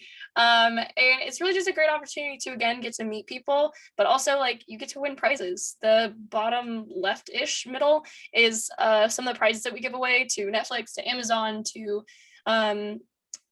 a whole bunch of different restaurants. I mean, you name it. If you want it as a prize, if you want it as an event, all you gotta do is just say something and we'll definitely have it. We are also doing a duck day, which I absolutely love. Duck day is where we hide like a ridiculous amount of tiny ducks all around campus. You bring us a duck, you win a prize. That's how simple it is. That's how easy it is. We'll give clues throughout the day. People just hand you a duck. It's one per person, and you walk away with something as small as a bubble wand to as big as a Yeti cooler. I mean, that's the vast difference in what we have to offer. So I think that's pretty awesome. I don't know if anyone else wants to speak to it, but highly recommend it, especially the gaming tournaments. Don't know who's going to be running that, but Super Smash, Mario Kart, Call of Duty. Yeah, it's a great time, which I guess also leads into the next slide, which I think is mine, to talk about all the things that we get to do. National conferences for a lot of the different clubs that we get to go to, recreational trips, as I had mentioned, bingo, trivia, new release movies, gaming tournaments, so awesome. And yes, you are reading that board right. Those people won $100 together playing Call of Duty. So if you have a natural knack for, I don't know, drawing or running or playing video games, you have a chance to win money from it, which I think is pretty cool. We have craft and paint nights. Phoebe can talk about that if she'd like. And then the programs that we have are for the residential assistant programs. The RAs run their own programs, from trivias to craft nights. I've seen some wing nights, which is pretty cool as well. Then student government and clubs and organizations. That's a great way to, again, meet new people, but also just kind of fall in love with what you love to do already. So if it's sailing, if you kind of have a small passion for it, you can absolutely go out there and have a great time. We have the Boat Inn, who I think just celebrated 100 years or something like that. And so it's pretty awesome. We have all these amenities for you to use as a student. One of the things I will definitely miss when I graduate is the opportunity to just do things that I would never get to. I don't know when the next time I'll get to ride a mechanical unicorn is, but I've done it here. I have gotten to do so much that I absolutely love. And I think that that's pretty awesome. I think that, I mean, I've been to another college before this. We never did anything like this. So I can't tell you that this happens everywhere, but I can tell you that happens a lot better here than it would anywhere else. Thank you so much, Avery. I think we're just about out of time here, but I do want to note, if you take a look at, the pictures here, you'll see that our regimental students and our students who are not in the regiment are all kind of intermingled at all of these events, just to emphasize what Steve had to say about, opportunities to see one another. So, and really get connected with folks who aren't in your major, who aren't in the regiment if you are, and all of that. So yeah, plenty Okay, going on. if I may just add to that real quick. I'm a senior. I've been in the regiment for 4 years, and I'm an Alpha company. And every year, all 4 companies, we participate in chili cook-off. It's voluntary. You don't have to make chili if you don't want to. But there's regimental prizes and awards that are independent of the rest of the students. So we're definitely involved, but we do our own thing too. So we're involved, but you can win prizes from both sides. Just we have trophies and everything. It's ridiculous. Well, thank you guys all for all your contributions. I wish I could be a student all over again, but I kind of am, because I get to hang out with all of you guys. But we are out of time for this session, and we're going to transition over to the regiment session. So if anybody that wants to stay on this stage for the regiment, I'm just going to share my screen for a second. We are going to be doing the Regiment of Midshipmen here. This Stage 3 is summer opportunities, and the main stage is having the ocean studies panel. So you have joined Stage 2, which is Regiment of Midshipmen, and we're going to get into that in a second while everybody switches what stage that they want.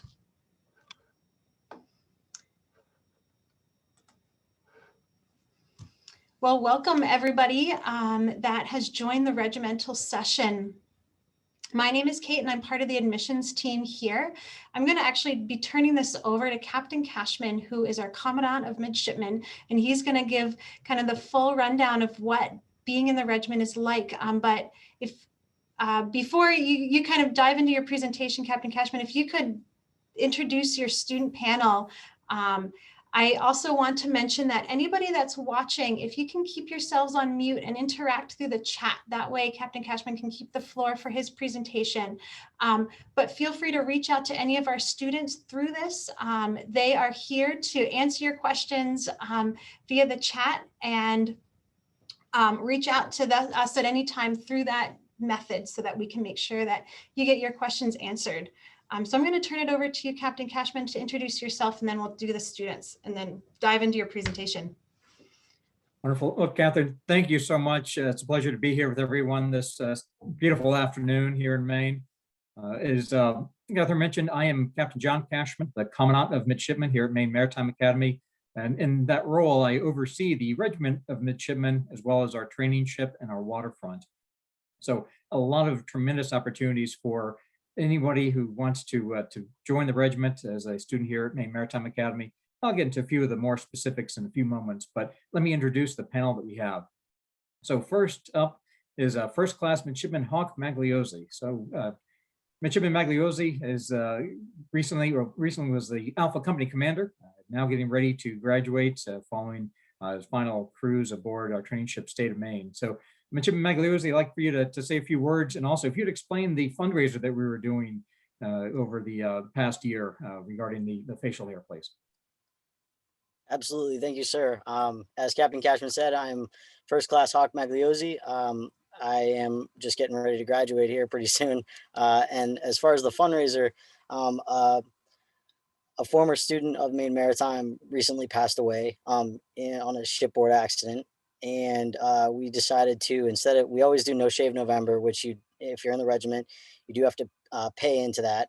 But this year we decided that all the proceeds from that would go toward a scholarship in memory of Trenton Lloyd Rees, who passed away. And I knew him. I was only a freshman, I think, when he was a junior, but a wonderful, wonderful person, and we miss him dearly. So we were thankful that we were able to get a fundraiser going for a scholarship in his memory. Great. Midshipman Magliozzi, thank you very much. Thank you, sir. Next up is Midshipman Second Class John Watt. Midshipman Watt was recently selected as our regimental commander. Midshipman Watt, if you'd please introduce yourself and maybe tell us a little bit about what your responsibilities are.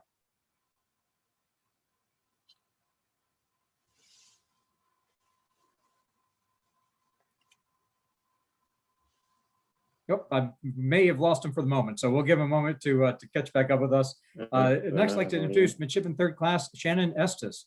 Midshipman Estes was recently a winner of our Portland Marine Society scholarship. So congratulations, Midshipman Estes. If you'd please introduce yourself and tell us what you like most about Maine Maritime Academy. Thank you, sir. So my name is Shannon. I'm a sophomore here at Maine Maritime. I was recently just a third class striker. The thing I love the most about Maine Maritime is really the location and the community. It's an absolutely beautiful place, beautiful day outside here today. And the community is just, everything's about MMA. Everyone here supports you, knows exactly what you're going through, and it's a great community to be a part of. Excellent. Thank you very much. I believe we have Midshipman Second Class John Watt back with us, so we'll give it another shot. Midshipman Watt, the floor is yours.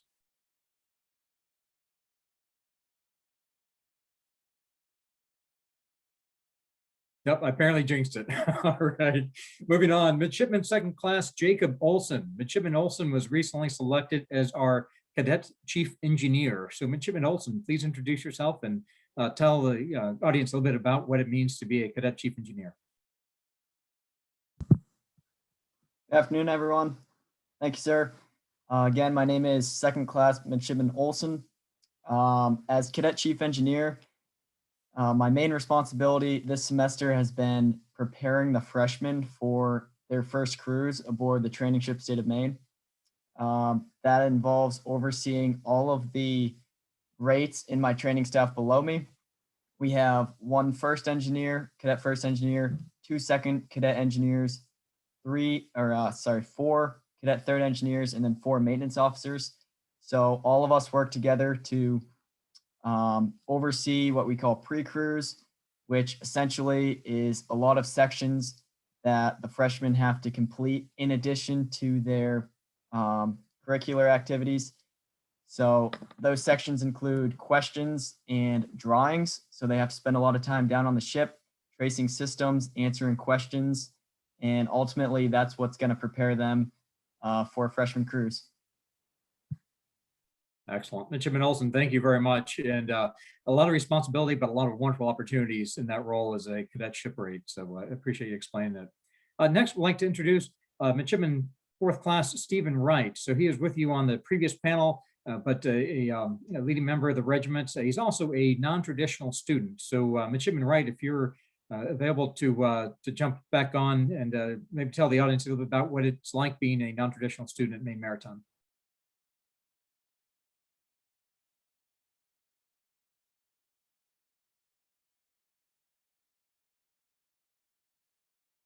Oh, well, we'll have to come back. Sorry about that. One more shot here is Midshipman Fourth Class Arden Aston with us. I'm scrolling through to see if we can check to see if she could join us.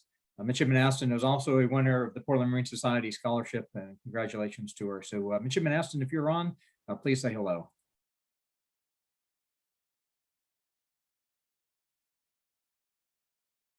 All right, I'm going to jump to our presentation, but for those of you joining us, do please put questions up in chat, and I'm going to ask the midshipmen that are on the conference with us to answer those. Encourage you, I'm going to have a very short presentation, encourage you to answer those live, if you would, once I wrap up my short slideshow here. So with that, let me share screen and we'll go through it.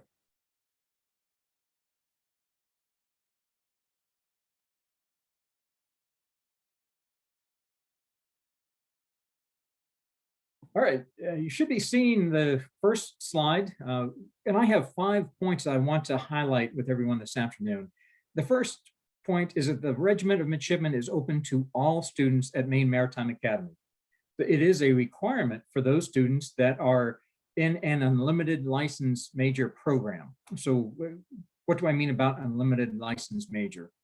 If you complete the program and successfully test for your Coast Guard license, that means that you have earned a license as an officer, a third mate, or a third engineer to sail on any size vessel anywhere in the world. So in short, it is unlimited in terms of the type of vessel you can operate or the ocean or location that you can operate in. So in short, it's the broadest license that the Coast Guard offers for a third engineer or third mate. But while much of our training is focused around our training vessel and life at sea, there are great leadership opportunities for any Maine Maritime Academy students. So I really do encourage all students to consider the Regiment of Midshipmen. And as you'll hear more from the students with us today, there are just tremendous leadership opportunities here. Next, as you heard from both Midshipman Watt is the regimental commander and Midshipman Olson as a cadet shipmate, there are leadership opportunities throughout all 4 years here at Maine Maritime Academy. The regiment really is our leadership lab. It gives you an opportunity to exercise your skills hands-on, to learn from others, to see what works, to change your style, your approach, to be a better leader, and also to be a great follower too. Leaders can't lead if you don't have good folks that are willing to support you. So with some of those opportunities are the regimental billets. The regimental billets are the most senior ones, typically reserved for our first class students, our seniors, and that they oversee the daily operation of the entire regiment, including the watch structure and the regular activities aboard our training ship. Within that, you've got the morale officer as a highlight, the master of arms that oversees the demerit program and any requirements to work off any extra duty hours. But while there is the disciplinary system, it's also really focused on positive interaction with students. That we know that that face-to-face interaction, that ability to organize a group, to motivate a group are key skills for anybody, no matter what career you're pursuing. So our regimental program really give you that opportunity to engage in that. We also have a physical training instructor that oversees our physical fitness program and works very closely with the 4 different companies. Let me move to that. So 4 companies. There are 4 primary companies: Alpha, Bravo, Charlie, and Delta. So all 500 plus students in the regiment are split into one of those 4 primary companies. And as you heard from Midshipman Magliozzi, who was the previous Alpha Company commander, that's another leadership opportunity to have the direct responsibility for the welfare and the organization of all those members within that company. So within each company, you'll have members from all 4 classes, 4th class, all the way up to 1st class. We also have 2 specialty companies, drill and band. So the drill company presents colors at morning and sunsets every day, as well as marches in various parades. They'll present colors at ceremonies on campus, as well as other locations. We have a drill team that will practice various marching elements. We'll also have a gun salute for various ceremonies, as well as our sword arch for a ring dance. And of course, band. Band is a key aspect. We have a very diverse band, a lot of different instruments in it, which is absolutely fantastic. Often they'll perform for morning colors, but also to other regimental events. So great opportunity there to bring your instrument with you to school. Down at the very bottom of that list, underneath companies, you'll see midshipman training officers. This is one of the best opportunities to really get a direct sense of what it's like to be responsible for others, to guide others through an evolution, through a training and an experience, and to really be there as a mentor. So the midshipman training officers come in just before the beginning of regimental preparatory training, and they are the direct trainers for our MUGs, our newest midshipmen. And they'll continue beyond RPT throughout the entire MUG training period, and really throughout your entire time at Maine Maritime Academy, continue to be that mentor and guide for our newest students. And then finally, the shipmates. So the shipmates will shadow the professional crew aboard our training ship State of Maine. As you heard from Cadet Chief Engineer Olson, a lot of responsibility, but a lot of great opportunity there to really practice within the field of work you're getting ready to pursue. Next, if you're a member of the regiment, you take personal development classes. You'll have a class each semester throughout your first 4 years. We really focus a lot on leadership styles, teamwork, character traits, ethics, showing you different styles of leading others. There's no one right way. So we'd like for you to find what style works best for you. And through these classes and lectures, a really good opportunity to share ideas and to get a sense as to how you can improve, but also learning from others as to what works really well. Next, I mentioned earlier, regimental preparatory training. So RPT. RPT is typically 10 days. It's going to be shorter as we start off the fall semester for this year, but still it is a great way to help prepare you for success here at Maine Maritime Academy as well as in the regiment.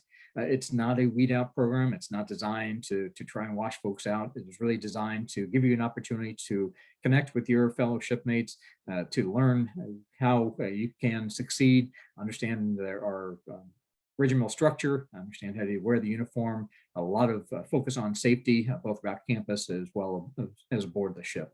But again, a great opportunity to build those bonds right away. One of the neat things about Maine Maritime is that you get engaged right from the get-go. You're not seeking or trying to seek out friends and folks with the same interests, that you're organized right away, and the opportunity to work through challenging scenarios to problem solve is a great way to make those friendships. And then finally, this is the Commandant staff. 5 of us. Do reach out at any time that you have questions. I know a lot of information is being shared through this presentation, which is tremendous, but if you get thinking about what you've heard and you realize you've got more questions, do reach out to any of us. So you've got the Commandant's Division email here at the bottom, and then on the side of the slide is Chief Warrant Officer Kowalski's contact and phone number. So again, I encourage you all to reach out. One thing I should highlight is while we are structured with military ranks, we wear Navy type uniforms, there is no military obligation. But as I said in the earlier slides, participation in the regiment is required for unlimited license students, but it is not the military. And again, if while we are very closely aligned, it's not a requirement. So last slide here is a short video talking a little bit more about our training ship.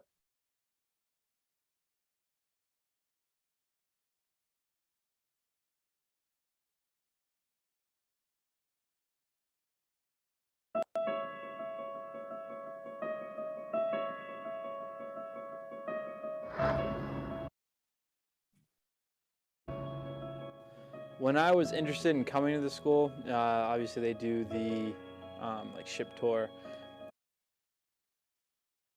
And that's when I knew like, this is what I wanted to do with my college career.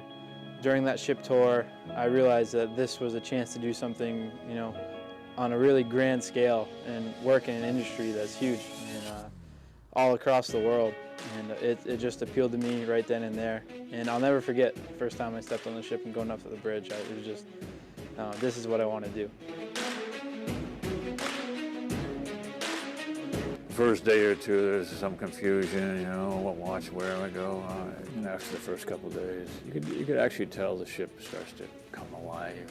Freshman cruise was pretty neat because that's, you know, the first time that I ever went to sea, and I experienced a lot of new things on that cruise, just be it, you know, going overseas, being away from home, having a chance to actually go to work. Well, the high point for students, I think, is once they get away from casting, actually get out on the ocean. For you know, a lot of them, it's pretty brand new. You know, they've never done that before, especially freshmen. And if you have a good trip across, it's not too rough. That's pretty. You get a lot of the navigation done, celestial and whatnot, and see your first foreign port if you've never been there. I guess probably for the cruise, freshmen would be going to the foreign ports, you know, going out to sea for the first time. Seeing things like dolphins and whales jumping all over the place, you know, getting nice weather, and, you know, going from the green water of the Gulf of Maine into the Gulf Stream where it turns deep blue, indigo blue. The high point for them is, okay, they've been to, maybe even been to some of these ports before. They're working on getting things done, you know, getting whatever their classrooms work on ship is getting that out of the way. They're given a little more responsibility and, you know, assisting with the freshmen and guiding them, so to speak. They're held accountable for things more too. Although it's a lot different than freshman cruise. Freshman cruise was really like, okay, I get my chance to travel and kind of do what I need to do and learn as much as I can, but still have some fun. I'm really looking at this upcoming cruise as a chance to work and a chance to grow as a professional. I know personally that I need to improve my watch standing and just my overall, I guess, capacity as a mariner.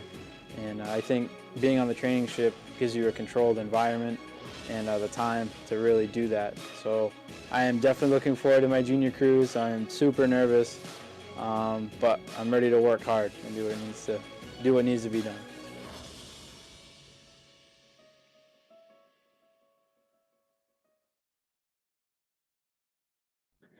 All right. Well, hopefully that short video gives you a little bit more information about what it's like to participate in cruise, which is a highlight of our limited license programs, but it's really a focal point of the entire school. But back to the regiment itself, open to all students, excited to have you participate, but I want to hand it over now to the students for any questions that you have. I see we've got Stephen Wright back on, so outstanding. Midshipman Wright, if you would maybe mention a little bit about what it's like being a non-traditional student at Maine Maritime Academy. Sure. So far in my experience here as a regimental student, the experience has been, it can be challenging at times for some, and that may scare some people, but the challenge is actually in preparation for you to be able to get out into the field, into the maritime field, and face any and all challenges. And it kind of builds a certain level of resilience. It builds a level of teamwork, and there's tons to learn from the experience itself. I could honestly attest to the regiment being one of my bigger, how can I put this? What word am I looking for here? Okay, let's say for example, I'm actually coming out of the military. So the scheduling process, you would think that it would be easier to deal with, but having a lot of different things on your plate, being in a regiment, it can be a bit of a challenge. But the beautiful thing about the regiment is that it kind of places everything out there and basically builds a schedule for you so that you can kind of proceed following the schedule. And that kind of helps you to be able to navigate through the entire process without it being so overwhelming for you. They basically line everything up for you. They let you know what you need to get done, what different things are coming up. You're constantly being updated in terms of emails about what you need to accomplish, the time frame that you have to accomplish it. So your deadlines and everything are basically placed out and scheduled out so that you can kind of navigate without having everything just piled up on top of your plate. So the regimental program itself, it has really helped me to kind of get back into the swing of just dealing with school itself and having different tasks that have to be accomplished and not having to kind of plan it out and then seek things out on my own. I had there's tons of help. The student panelists that we have here, they're consistently reaching out and giving guidance and assistance based on their experience as well to kind of help you navigate through the process. And the main goal is to get your unlimited license. And if you find that you're having challenges that you feel like is really hard to overcome, you have a bunch of guys in your back pocket that you can go to and reach out to, and that support group is consistently there when you have the regimental program. So that's been my experience so far. When I first came in, I was terrified. Having not been to school in over 10 years, I wasn't sure how I was going to be able to do this, but I consistently have people like Olsen, John Watt, Shannon, and everybody else that are consistently reaching out to us and making sure that the younger guys that are coming in or the freshmen that are coming in are consistently up to date on what needs to be done and how you kind of navigate through the process. So that's really been my experience so far. It's been an awesome experience. It's been a challenging experience, but it's making me tougher and more resilient, even in comparison to the military itself. So great opportunity, absolutely. Excellent. Midshipman Wright, thank you so much. I see a lot of great questions in chat and many good answers. Midshipman Estes, would you talk a little bit more about the daily schedule, especially as a fourth class, and then a little bit more about how you're able to balance the time with the regimental requirements as well as classes? Of course. So your first month here during your mug month, your schedule is going to be a little bit different. During mug month, you typically have 2 musters a day. So you'll muster up with your company in the morning at about 6:45. Usually takes only about 15 minutes. You just meet up, they take attendance, pass out any announcements that they have. Sometimes they'll inspect your uniform, make sure it's looking okay. and then you're pretty much free to go about your day. 8 a.m. to now it's about 4:30 p.m. are class times. So class time is completely your time. That's dedicated to academics, whatever you need to get done, homework, anything like that. After that, during Mug Month, you'll occasionally have musters in the evenings as well. It was a little bit different this year because of COVID, but in normal years, mugs have muster every evening. You might also occasionally have inspections at those musters as well. They'll inspect your uniform again. And then after that, it's kind of back to your time. As a mug, you're kind of expected to be in your room as long as you're not at a sports practice or anything like that. You should be in your room working on homework, things like that.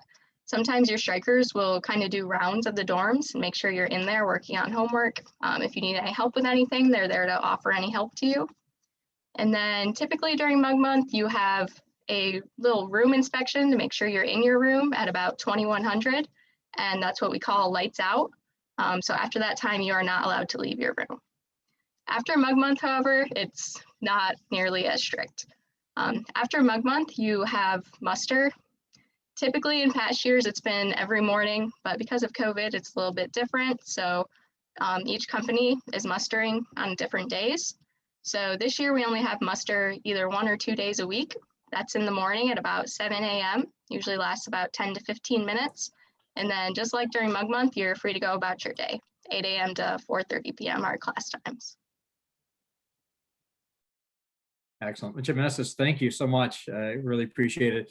I believe we've got Midshipman Second Class John Watt back on with us, so I'm going to turn it over to him if he is available to talk a bit more about the leadership opportunities. And then also, we've just got a question about muster. So if you could explain what regimental musters are. So Midshipman Watt. Thank you, sir. Can you hear me all right? Okay, thank you. Sorry, I was having connectivity issues. Yeah, so leadership, I mean, like everyone's kind of already said, you know, there's a ton of leadership opportunities on campus, in the regiment especially. You know, I started out, I knew when I got there as a mug and then a 4th class, I immediately knew that I wanted to get more involved in the regiment. You know, I believe in what it tries to do, which is to make not only better mariners, but better people, you know, make everyone more professional and just give everyone structure. And I knew I wanted to be a part of that. So I started out my 4th class year when opportunities came along, even just little things, you know, being a platoon leader at muster.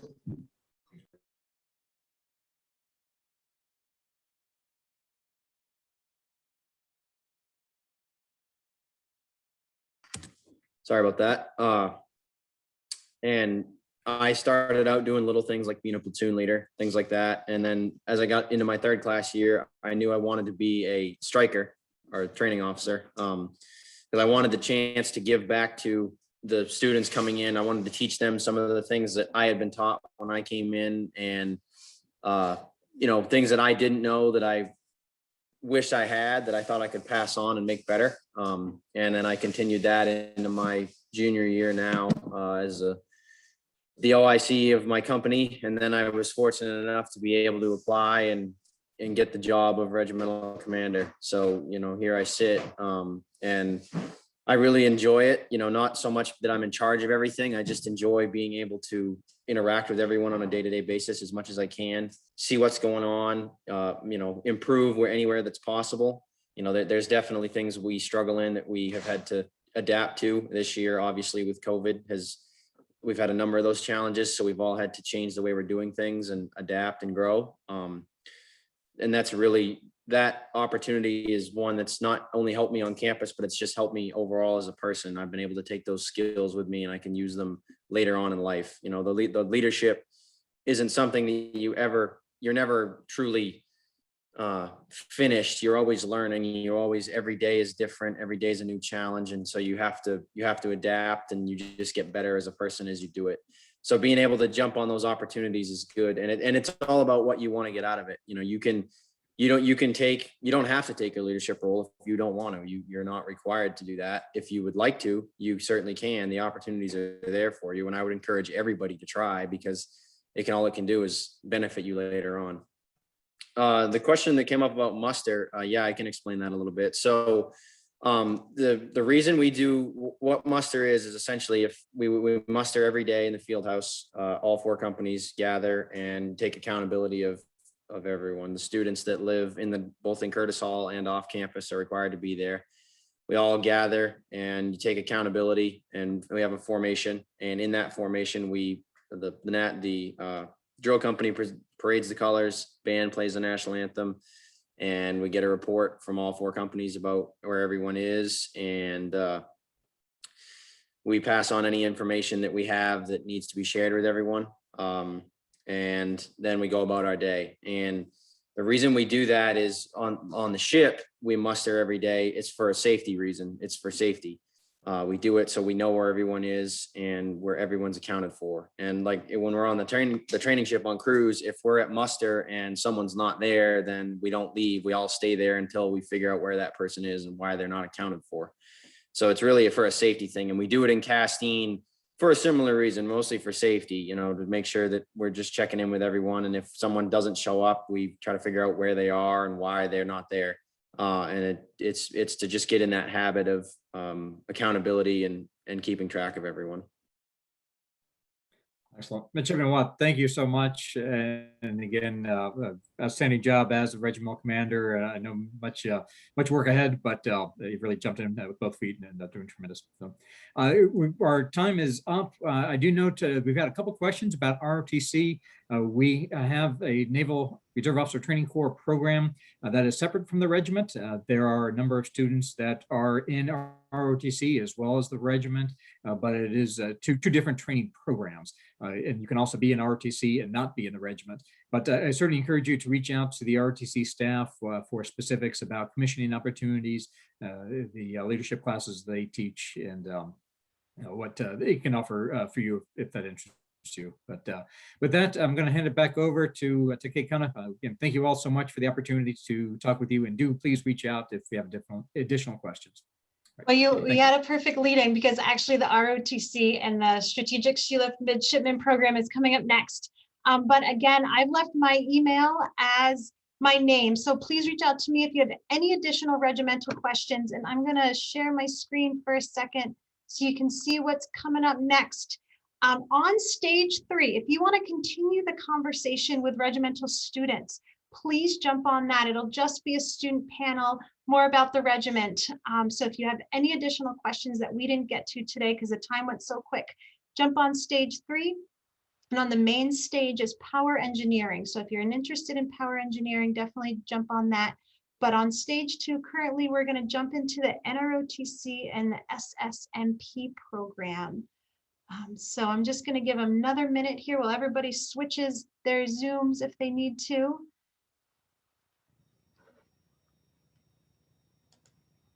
But again, we're jumping into the NROTC and the SSMP program. So I'm just gonna, for those that are new, my name is Kate and I am part of the admissions team here at Maine Maritime Academy. And I'm looking through this list. It's fantastic how many participants we have. Some of these names I definitely recognize, some are new, but my email is in my name here. So reach out to me if there's anything that we didn't get to today. But I'm going to switch it over to Stephen. Well, I want to introduce Stephen Wright, who is my right-hand person. He is a freshman in the Marine Transportation Operations program. He's going to be monitoring the chat with me if there's any other questions. And I'm going to turn it over to Lieutenant Gray and Lieutenant Armstrong, who will kind of take over from here.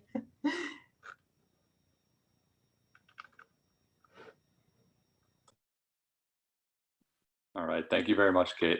Appreciate it. So my name is Lieutenant Ian Gray, and I'm one of the advisors at the ROTC unit at Maine Maritime Academy. My contact info is here, but I'm here joined with Lieutenant Armstrong and 3 of our midshipmen who are on hand to answer some questions that you guys may have from the perspective of a student. So a little bit about myself. I graduated in 2014 and I commissioned as a submarine officer, and I served on the USS West Virginia. It's a SSBN, so it's an Ohio class strategic missile submarine based out of Kings Bay, Georgia. And while I was down there, I actually lived in Florida. So there's a big presence, big Navy presence down there in Florida, just one of the many places that the Navy can take you. And I did 3 years on board. I was the reactor control assistant, the tactical systems officer, and the assistant weapons officer while I was there. And now for my shore tour, I'm up here in beautiful Castine, Maine, and I am one of the ROTC advisors. Like I said, we also have another surface warfare officer that just recently joined us, and we will be having a new submarine officer getting here shortly. So there's lots, variety of different experiences that we have, and we hopefully can guide you to one of the communities in the Navy that would best suit you. And Lieutenant Armstrong is going to talk about our Strategic SEAL Midshipman program. But first, just a little bit about the ROTC program.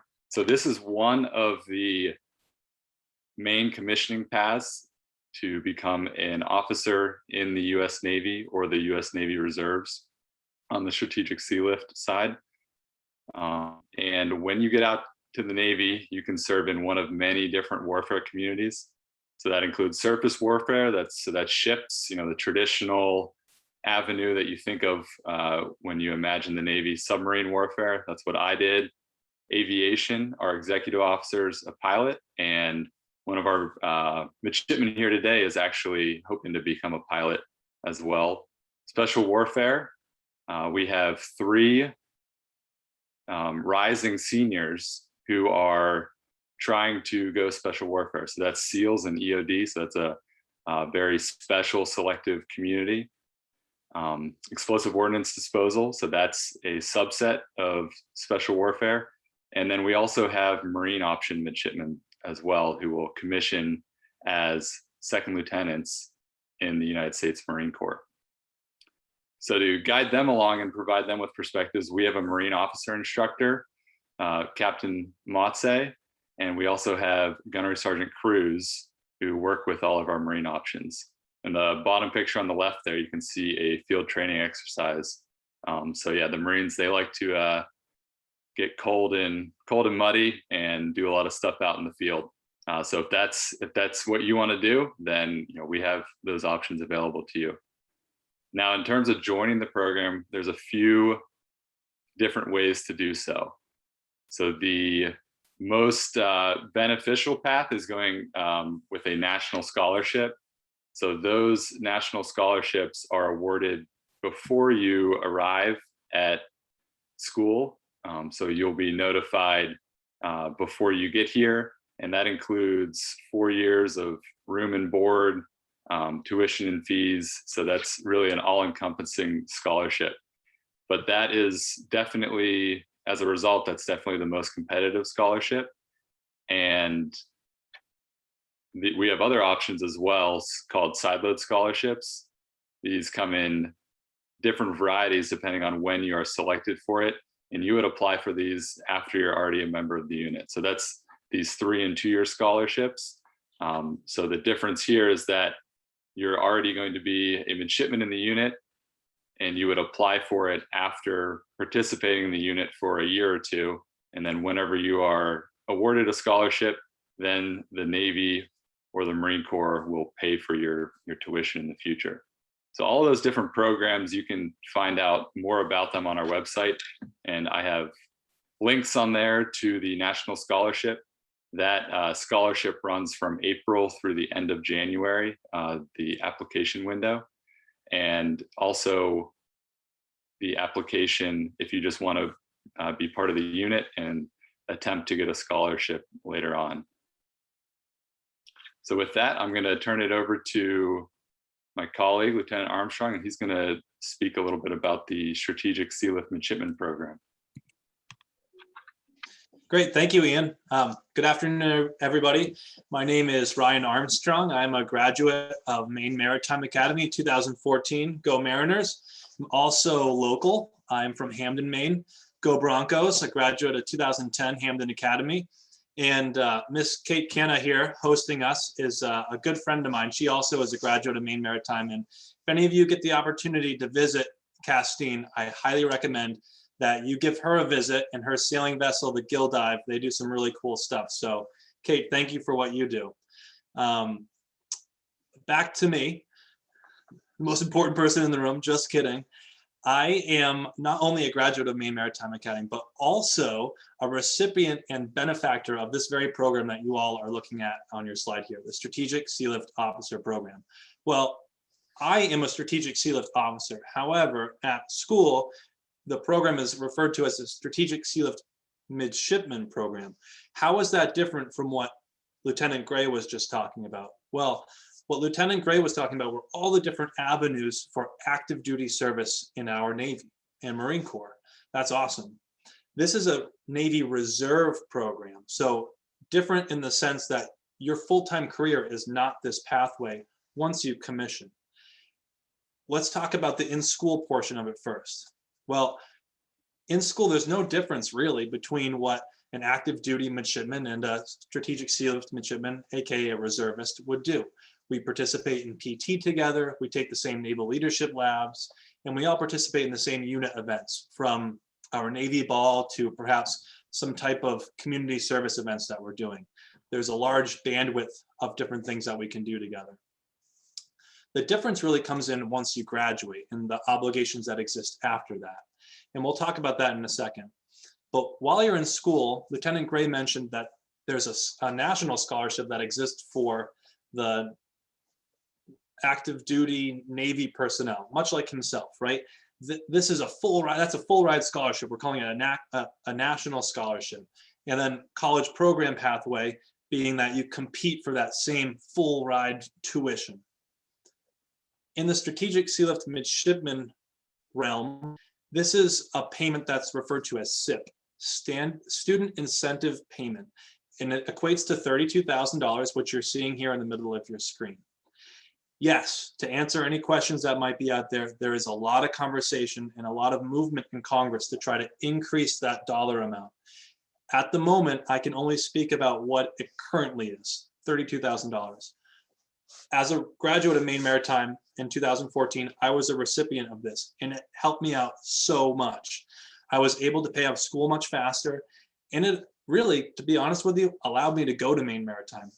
Being a local Mainer, for those of you who are from Maine, you know it's kind of a tough place to be from to go to a really nice school like this. So it made a huge difference that way. Secondarily, I felt the calling to serve. So the two of them really went together well. To help perhaps maybe the parents in the chat here understand this a little bit better, here's how this works. The Navy says, hey, if we were ever to go to war, or if we were to be in a situation where we needed a humanitarian effort or some type of mass movement of cargo across the seas, we can't necessarily rely on commercial avenues to provide our movement of troops, our movement of cargo. We need naval officers. We need to lean on what we know, right? The way of the Navy. So we want to train people who are subject matter experts in logistics, specifically deck and engine officers on board ships. Hence the Strategic Sea Lift Officer Program. These are strategic sea lift officers who specialize in just that, sea lift, the movement of goods across the ocean. So the Navy says, we're going to train these guys. It's going to be awesome. But we just don't have the funds to be able to provide them to go to school like the students that Lieutenant Gray was talking about. That's where the Maritime Administration comes in. And they say, hey, listen, Navy, if you qualify these students to be participants in your program, AKA they can pass the physical and they meet the certain requirements to be in the Navy, then we'll pay them. We'll pay them $32,000 a student. So that's how this whole thing works. It's a balance between Navy and Maritime Administration.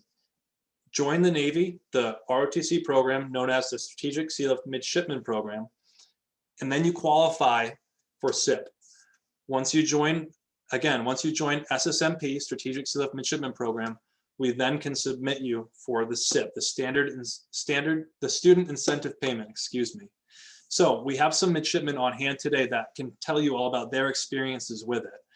And I'm happy to answer questions as well. The active duty component of this the after commissioning component of this is not active duty service like what Lieutenant Gray was talking about. It specifically is 2 weeks of active duty a year. Perhaps some of you know people who are in the reserves or the National Guard, and you maybe have heard the term weekend warrior. Well, it's very similar. A weekend warrior is someone who does their weekend a month, and then they do 2 weeks of active duty a year.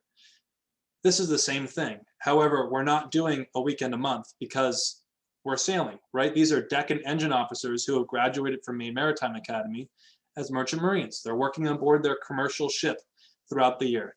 That alone satisfies that weekend a month obligation. The Navy just says, hey, give us 2 weeks a year of active duty. And what does that mean? No, it doesn't mean we're marching around. It doesn't mean we're going underwater with Lieutenant Gray on submarines. It quite literally means we're getting on the phone and saying, hey, command, I'm ready to do my 2 weeks during this time when I'm going to be home from sea. What's available? That's when the command will say, hey, we have some support we need on the USNS Mercy, our hospital ship, or we have some support we need on a government vessel in, let's say, Norfolk, or hey, we could really use you at Bath Iron Works in Maine for some support at our shipyard. And you complete your 2 weeks there assisting all of those different operations. I can get into far more detail on some of those things and my experiences doing them. However, again, we have some students here who would really like to talk about their experiences in the program. And with that, I'll open the floor to our midshipmen. All right. Yeah, thank you, Lieutenant Armstrong. So 2 very different and important programs. And Kate, if you could give Midshipman Brewer screen sharing privileges, if he doesn't already have that. He would like to share a quick video, and then we'll open it up to questions. I actually don't have a video, sir. Oh, you don't? Okay. That was my mistake then. Sorry, go ahead, Brewer. Sorry about the confusion, sir. No, that's okay. So we'll just we'll open it up to any questions that you all have. I'm seeing some in the chat here. Yeah, so my email address is in there. Lieutenant Armstrong's is in there. We are happy to talk with you guys afterward. You know, I'm sure that more questions will come up as you apply to the program. And yeah, we're always available to set up a phone call as well if you'd like to do that. Okay, so William says, when I finish with college, I want to become a naval aviator. Does the military assign me to my position, or do I get a choice? So to answer the first question there, you do get a choice. You put in preferences, and then you go through what's called service assignment. And based on your preferences, and then also the needs of the Navy at that time, you're going to be assigned to one of your preferences. The vast majority of the time, you get one of your top 2 preferences, typically your first preference. But that is something that, that's a great question. It's not a guarantee because, when you sign up, you're signing up to serve in the Navy. You're not signing up just to be a pilot or just to be a surface warfare officer. You could be going, to any one of the different warfare communities. And then the other question, are the ROTC units at other colleges that have a higher chance of giving me what I want, or is it all random when it comes to assigning service duties? Yeah, so there aren't, there's not one ROTC unit that graduates, all pilots, or one that graduates all submarine officers. Some, schools have different strengths and weaknesses. So if you go to, a heavy aerospace engineering school, there's probably going to be more people who are trying to go pilot out of there. So they'll probably graduate more pilots, but you don't get any preferential treatment based on the school that you attend. You have the same chance of getting into any one of the communities that you'd like. One of the pre-submitted questions that I definitely want to get to is, can you be in the regimental program and also in the NROTC, and how much time commitment is that for a student? Midshipman Walker, you want to talk to that? Absolutely, sir. The ROTC program and the regiment go in hand fairly well. The ROTC program is not as much of a part of my daily life. I do PT a few times a week. I take a ROTC class every semester, and then one day a week we muster with the regiment as the unit, and I'll do colors once a week. The regiment is that daily schedule of wearing a different uniform every day than my ROTC uniform. And the thing that I liked about doing both of them at the same time is that in the regiment, it makes all of the smaller things like getting my uniform correct and, you know, getting ready for muster and preparing to meet grooming standards, all those things, it makes them so secondary and so instinctual after doing them every single day at Maine Maritime that I know I'll be ready when I do go out in the fleet to best represent our school. It is very doable for the time commitment to do both of those. There are lots of members of the ROTC unit that are members of the regiment, members of the ROTC unit, and also on a varsity sport or a member of a club and things like that. So if you can manage your time well, and ROTC will help you to manage your time well, you can do all those things. Thanks. I'm going to turn it back to Lieutenant Gray and Lieutenant Armstrong. It looked like there was another question in the chat, and I can throw some more at you if you need them. Yeah, I see. So what is the expectation for an SSMP while attending MMA for the Unlimited License Program? Well, why don't we have Midshipman Romer speak to that? The daily expectation is going to be the same as any other midshipman in the ROTC program. So, like it was said before, I'm still doing the same things. I'm going to PT. I got similar classes. So, yeah, the time expectations going to be the same. As far as the volume of it's a little bit different. I don't have to take the exact same classes as the active duty midshipmen will have to.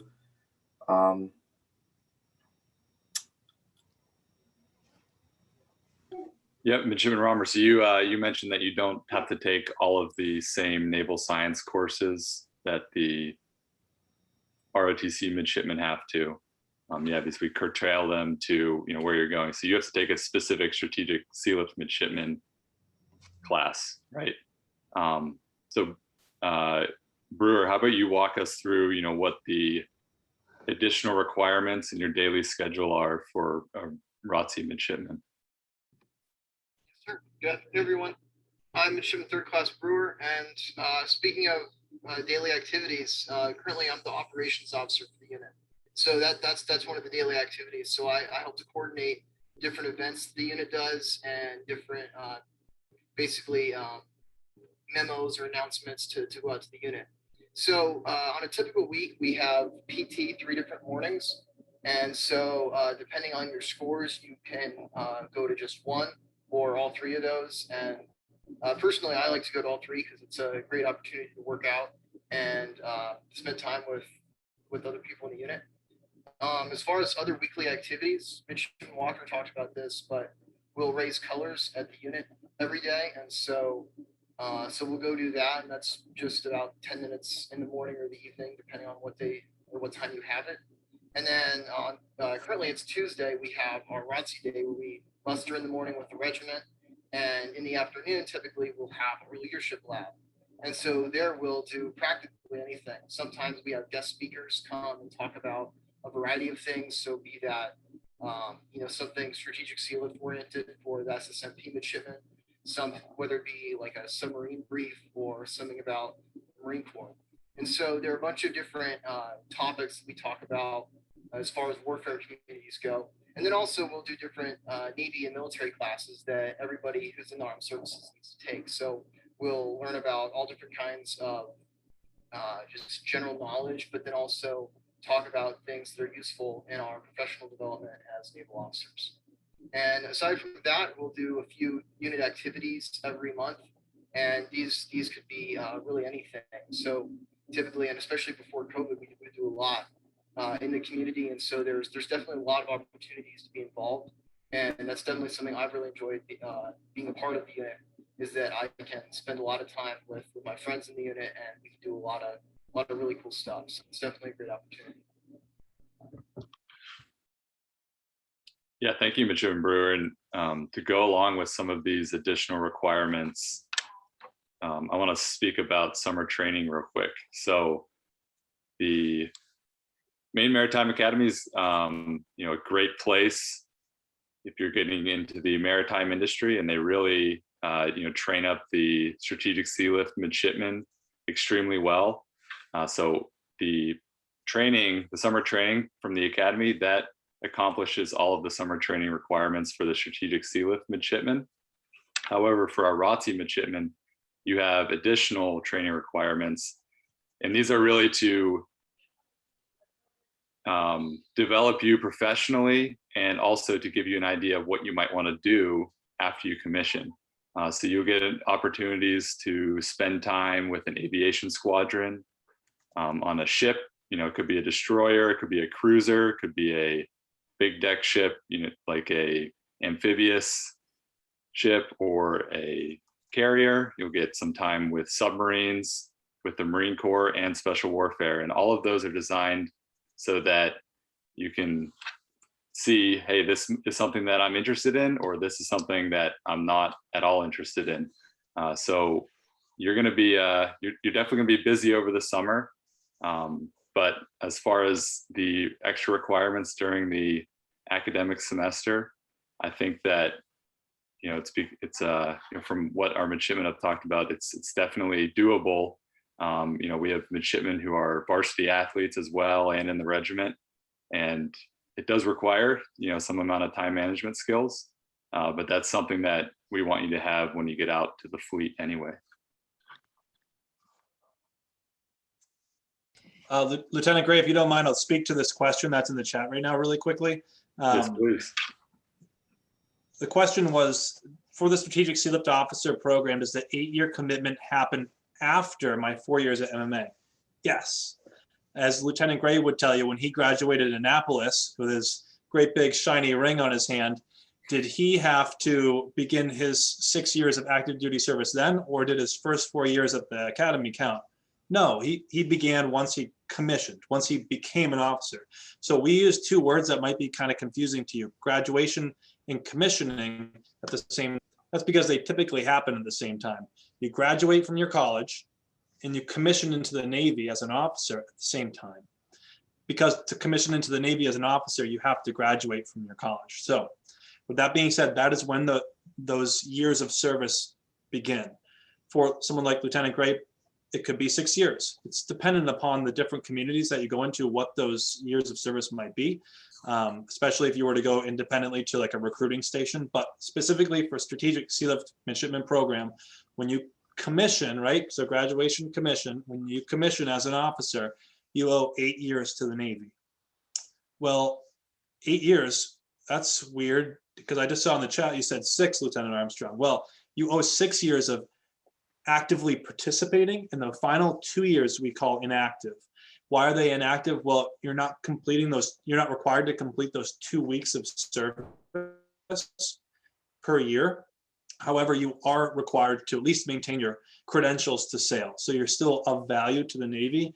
And then after the completion of those 2 years, you can say, hey, Audi 3000, I'm out of here. Or you could say, hey, I'd like to become more involved, and perhaps I'd like to come shoreside and work in a shipyard, or go to the program office in Norfolk and work as an active strategic sea lift officer for Military Sea Lift Command. Can certainly get into the weeds on all of that, and that would probably be most appropriate in a Zoom conversation between anyone that's interested in myself or some of our midshipmen here. But to answer your question on that topic, 6 years of completing those 2 weeks a year. And then I see one more question here, and I'm sure, Kate, that you probably have to get us out of here. Answer. I'm good, okay. The next question: if you complete the SSOP, you will commission as a Navy officer, or is there something else you need to be an officer? Yes, you will be an officer, provided you complete the requirements throughout your time at school. So there's basically, we can boil it down to two things. One, you meet the requirements of the school, right, to graduate with a degree in either marine transportation or marine engineering. So that's one. Two, you complete the naval requirements. So specifically for the Strategic Sea Lift Midshipman program, those are 3 classes, and then participating in those the unit events like PT and remaining in good standing. So if you complete all the naval requirements, all the school's requirements, yes, you will commission as an officer. Again, that's another thing we can get into the weeds and all the details of, but from a general bird's eye view, those are the two answers to your question there. And then there's a couple more questions that just rained in. Is there summer PT for the incoming students should be doing? And I'm seeing Mr. Brewer and Mr. Walker are answering that. Ian, if you'd like to jump in on that one. Sure, yeah, I mean, I think they answered it well. We definitely want to commission officers, and the Navy requires officers when they're commissioned to have high physical readiness based on the jobs that you're going to be going into. Same for the Strategic Sea Lift Midshipman program. So keep your physical fitness up. It's a component of the National Scholarship application. But even if you're not applying for the National Scholarship, you're going to be taking physical fitness tests, and that kind of determines how many of those PT events in the morning that you have to go to, like Midshipman Brewer talked about. So it's the Navy requires you to be physically fit. So it's a good idea to build those healthy habits now. Well, it is about time. I'm going to have to cut you guys off. But again, I've left my email as my name. So reach out to me if anybody's watching and you want to talk to Lieutenant Gray or Lieutenant Armstrong anymore. I can connect you with them. And their email was in the chat way long ago. But I know you guys have other sessions that you might want to attend. Ian Gray's contact is in there, so please reach out to them. We're serious. We want to make sure that you guys get the answers that you need. I'm just going to share my screen for a second. It is about time that the sessions transition. So if you want to stay on and hear from some amazing alumni and what they've been up to in their transition from MMA into their current career path, stay on this stage and on this Zoom link. On the main stage, you can hear about international business and logistics. And on stage 3, if you want to hear about the amazing opportunities at the waterfront and how to get engaged with the boating or other vessels, transition into stage 3 through that main open house webpage. So we are on the career services session. And as everybody's kind of transitioning around Zooms, give everybody a minute here while they log out and log in. And the alumni that are joining us, definitely turn your videos on so we can get you guys engaged.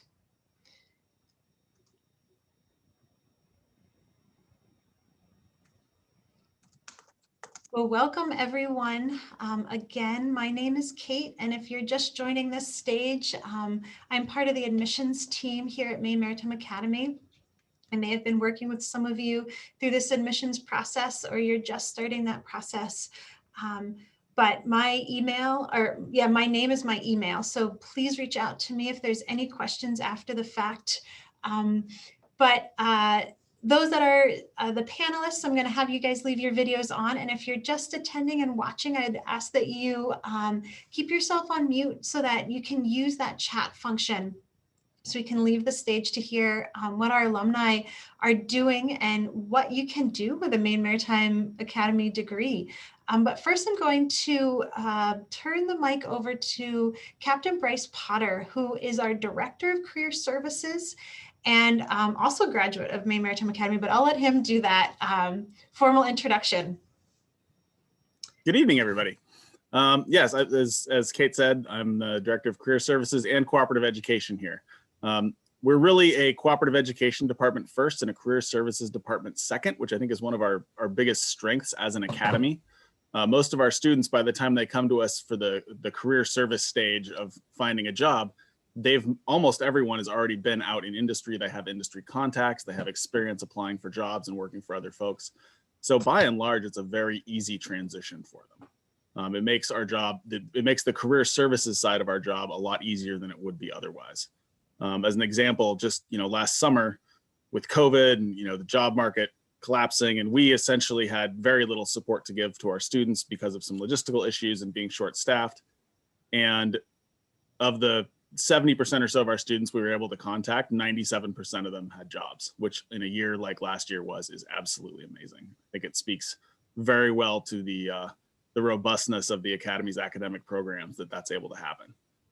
I just started my position here in August, so I don't get credit for any of that.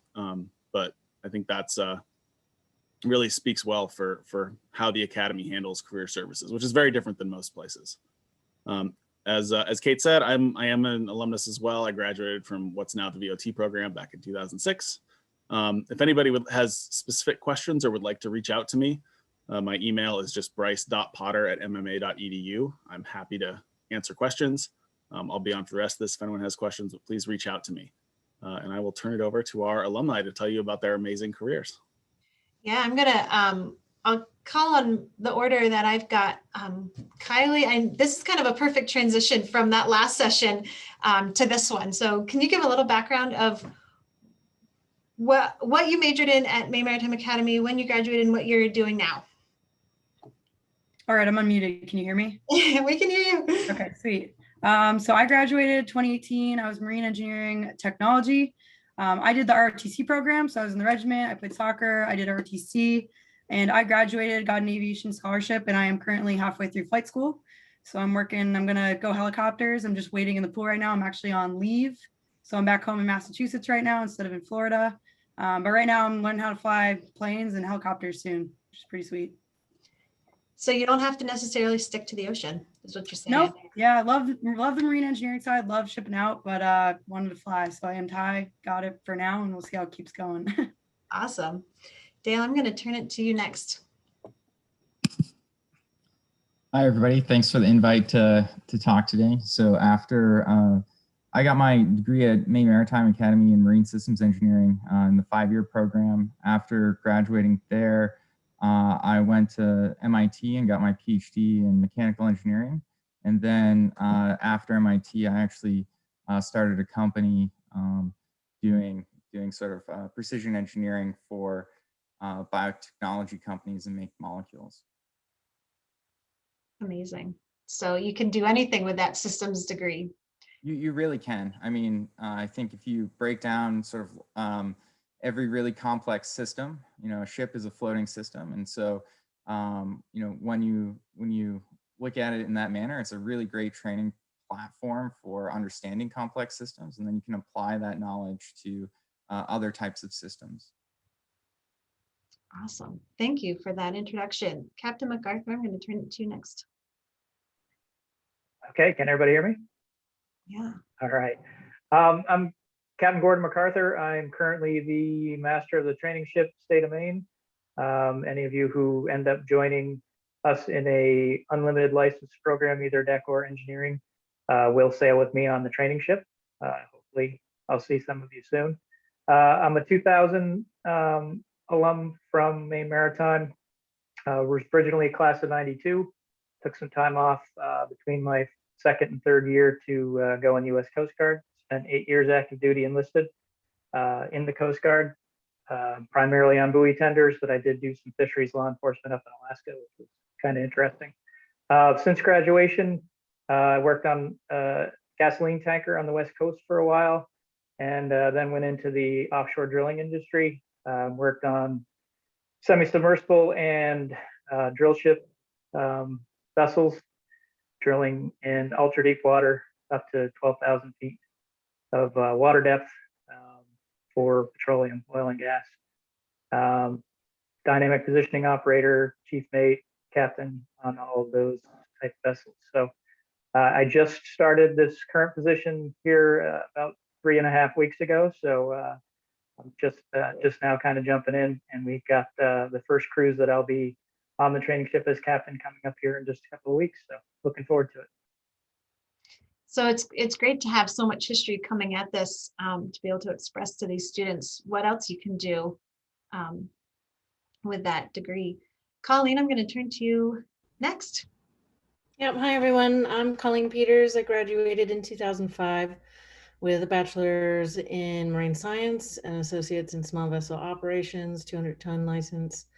And then I shipped out on traditional sailing vessels for a little while and then quickly made a transition to being a survey tech for NOAA on a couple of their research vessels. Then I went to a philanthropic organization, lead marine tech on that vessel. Then I left there, went to graduate school at the University of Rhode Island and did a master's in oceanography, a master's in business administration, and a certificate in GIS because I like making maps. And then after graduating from the University of Rhode Island, I found myself promptly right back on a research vessel called the Ocean Explorer, and I'm in charge of their mapping operations. So my career path has been mostly on scientific research vessels, deploying every kind of science equipment known to man and usually getting it back on board. And my sort of passion has been in seafloor mapping. So that's what I've been doing the most of and what I look forward to doing more of. You may have mentioned, did you dual major in the small vessel operations? Yeah. Yep, I was one of the first ones to do that. So I actually completed both degrees in 4.5 years because I came to the academy with a couple of college credits to kick it all off. So having that SVO degree really launched, was that what launched you into that, being out on research vessels more? Yeah, I would say that it came in real handy because it really just sort of solidified my interest, not only for the science, but also for being at sea, working on ships in general. And I was always the go-to tech on deck. Well, thank you guys all for being here. We've got a nice cross set of representation from ocean studies to transportation to engineering, both the systems and the marine engineering. And as you can see, the career paths can take you anywhere from flying to starting your own business to getting out on research vessels. So can each of you kind of step back as a panelist into those shoes of when you were looking at colleges? And what is it that attracted you to MMA? Why did you choose this place? And did you know that this was what you wanted to do for a career path? Or was this something that you found out while you were a student here? So why don't we go in the reverse order? Calling in, I'm gonna have you do this as well, Bryce, because you are an alumni. Yeah, so I knew I wanted to study the ocean, and I also knew at that point that I liked working on boats because I did a bit of that in high school. And so I was really looking at University of New Hampshire, University of Rhode Island, and Maine Maritime, and I just sort of knew when I came to campus that this was the place for me, partially because you could see the water from campus, very important, and there are lots of boats on campus. So for someone who likes playing on boats and then you walk down the street and there's boats, it's very handy. It's true. It's awesome. So cool. Bryce, I'm going to go to you next because we're just going to go around the screen here. I actually had sort of a strange route into the maritime world. I actually went to Bates, got a geology degree. I'm from the West Coast originally, from the mountains. I didn't have any connection to the ocean, but my first job out of college was working on a NOAA fisheries research vessel up in Alaska as a deckhand. I knew nothing at all about the water, but I had a fantastic time. Really enjoyed it. Took me a few more years. I worked as a ski patroller for a couple of winters, and then found my way. Decided I liked working on the water, and looked around at what programs were available. And Maine Maritime was the only one that had a limited tonnage license program, and had a schooner, had a tug and barge, all of those things. I spent most of my career in either sail training vessels or on tugs, so that was what I wanted to do, and so this is where I came. Yeah, if you were able to tune into that marine transportation session on the main stage earlier today, you may have heard about the variety of licensing and endorsements that you're able to gain here, which is really incredible. Captain MacArthur, I'm going to continue on the transportation thread. Okay. I went to high school or grew up in Vermont. Again, like Bryce, not very close to the water. My grandparents lived on Long Island Sound in Connecticut, so that was really my exposure to the ocean growing up, was visiting them. I originally decided on Maine Maritime because I wanted to fly for the Navy, which I didn't end up doing. So I came to Maine Maritime to be in the ROTC unit and to be a pilot, with the added bonus of that, you know, having some cool boats to play with. And then after my freshman cruise, I knew that plan had changed. My first cruise, 1989, on the old training ship, the previous vessel, we went to the Soviet Union, England, and Denmark. So through the Kiel Canal in Germany, it was just a fantastic trip in Northern Europe. And that kind of solidified it for me as far as what I really wanted to do. And I've kind of been doing it ever since in one capacity or another. You know, like I said previously, there was a gap for me between my sophomore and junior year of 8 years, but I continued in that maritime field in the Coast Guard. And then, you know, when I came back to finish and graduated in 2000, there was no question of where I wanted to work. It was just a question of on what type of vessel. So, you know, it was one of those things where I was kind of scrambling for a job like everybody, and kind of ended up on a path that I wasn't necessarily looking for, but it turned out to be a pretty good gig, and I did it for almost 20 years before coming back to the academy to take over the state of Maine. So, you know, I worked off the coast of Brazil for 9 years, spent 2 years in Korea in the shipyard building new vessels, and you know, so it's been great. It was you know, more than I could have expected coming from a small town in Vermont. Getting paid to see the world. Exactly. Yeah. Dale, can I turn it to you next? Yeah, that'd be great. So I went to high school at Handon Academy, so actually not too far from Maine Maritime Academy. I had always had, as a young child, sort of like this attraction to the water. And so I think that's, you know, originally why I had applied to Maine Maritime Academy as well as other engineering schools. And through sort of the evaluation of Maine Maritime versus the other, you know, sort of larger institutions, say like University of Maine or UNH, or even sort of like, you know, engineering schools in, say, Boston, you know, I had, you know, really decided that I wanted a smaller sort of class size. You know, marine systems engineering is a pretty small cohort of people, as well as you know, you have a lot of dedicated teaching staff that, you know, were, you know, that I interfaced with throughout the sort of, you know, interview process.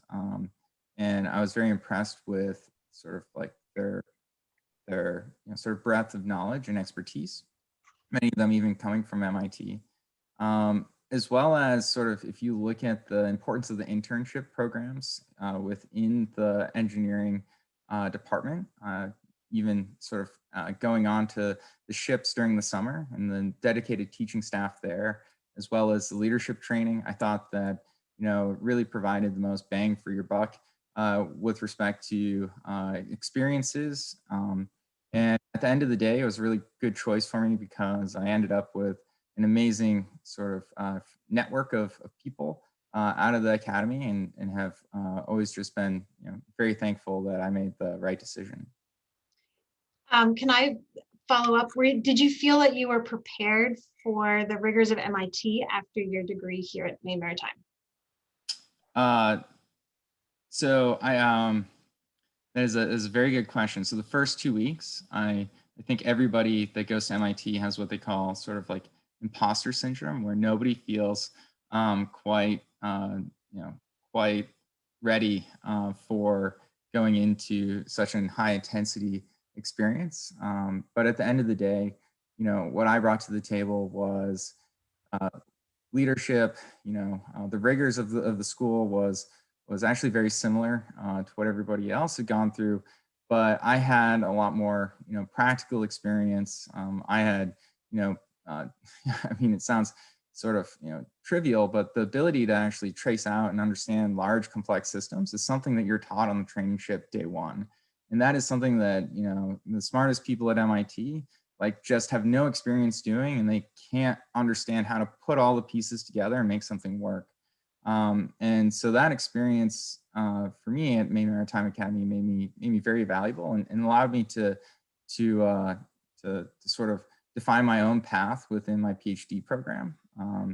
And so, yes, I did feel very comfortable after about the first 2 weeks that Maine Maritime had, really set me up well to succeed. That's great to hear. Thank you for all of that. Kylie, I'm going to have you give your history here. Sweet. Kind of similar to everyone. I was in love with the ocean. I grew up in Massachusetts. I grew up on the Cape in the summers. So I was around the water. My dad was a reservist, so he went to Mass Maritime Academy. So now we're competing at home, which is great. But I always knew I wanted to be on the water. I was looking at everything. I wanted to be a lawyer. I wanted to be a doctor. I wanted to be a cop. I wanted to be everything. I came and visited Maine Maritime with the women's soccer team, and they really showed me everything. All the little pieces kind of added up, and that's really what sold me on Maine Maritime. The ROTC program was awesome. The soccer program, all the athletics programs are awesome. They really focus on school over athletics, and then also plug the athletics as much as they can. But everyone really seemed to like become a real family. It was a complete opposite of what I wanted. I thought I wanted a big school, city. Castine's the opposite of that. But I ended up loving it more than anything. So that was kind of what led me to pick Maine Maritime over everything else. That's great. I think that speaks volumes in terms of keeping an open mind as a prospective student, because you might think you want that big city, large school feeling, but you might actually get everything that you need here at Maine Maritime Academy. So I'm going to we've had a couple of pre-submitted questions, and anybody that's watching, if you have questions for our panelists or about careers that you can go into in general, feel free to use that chat function. We definitely want to get to those, but I wanted to turn this over to you, Captain Potter, and have you talk about why our placement rate is so high. We talk about how we place 90% or more of our graduates within 90 days of graduation, and how do we do that? Why is that? So our placement rates are I think pretty astounding, particularly last year. And what really contributes to that is our connections that we have with industry and the connections that our students demonstrate with folks in industry. And when I say industry, I mean everybody we work with who's not part of the school, regardless of department or which program we're talking about. Almost all of our students here have to do some sort of internship, co-op, cadetshipping, some sort of experience where they go out and they work with folks in the real world and they meet folks out there. And that I think that experience really prepares them. I mean, they're not going out to look for a job, most of them, for the first time. When they graduate, they've already done this. Even all of our cadet shipping students, we assign them billets, but we have them all do resumes. More and more of them are being selected, like companies are wanting to handpick the people that they take. So really everyone's had at least a taste of that experience of going out and looking for a job. It's not something brand new to them. And that really makes a very large difference.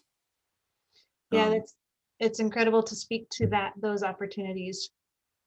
Yep. And the other aspect I think of our success is our annual career fair that we do.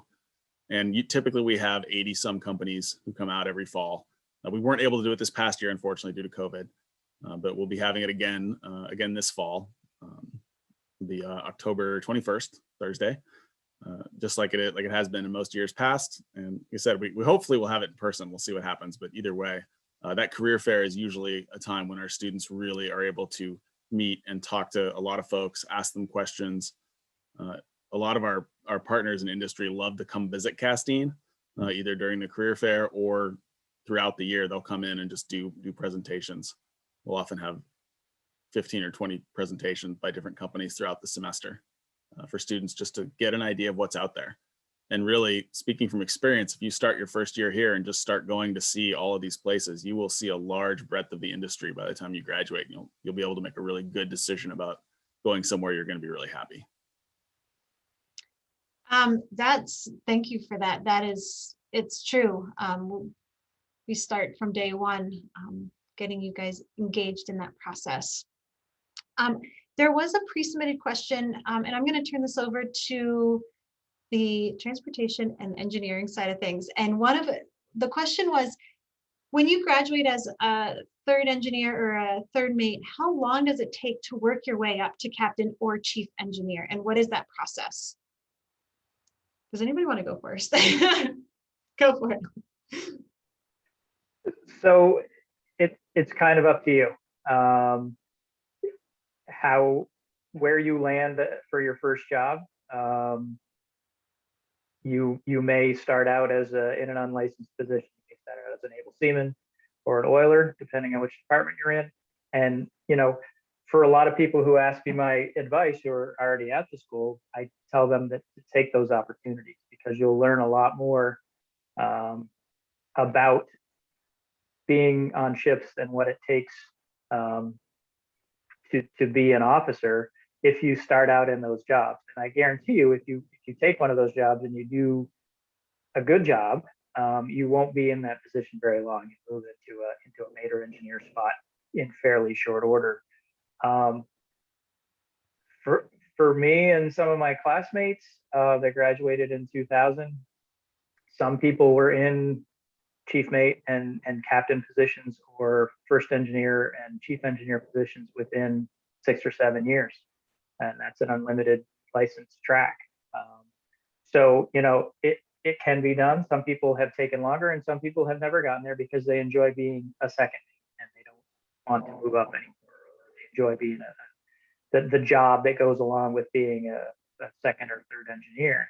And they ship out of the union hall and they ship when they want. And, so there's lots of different options, lots of different avenues that you can take. And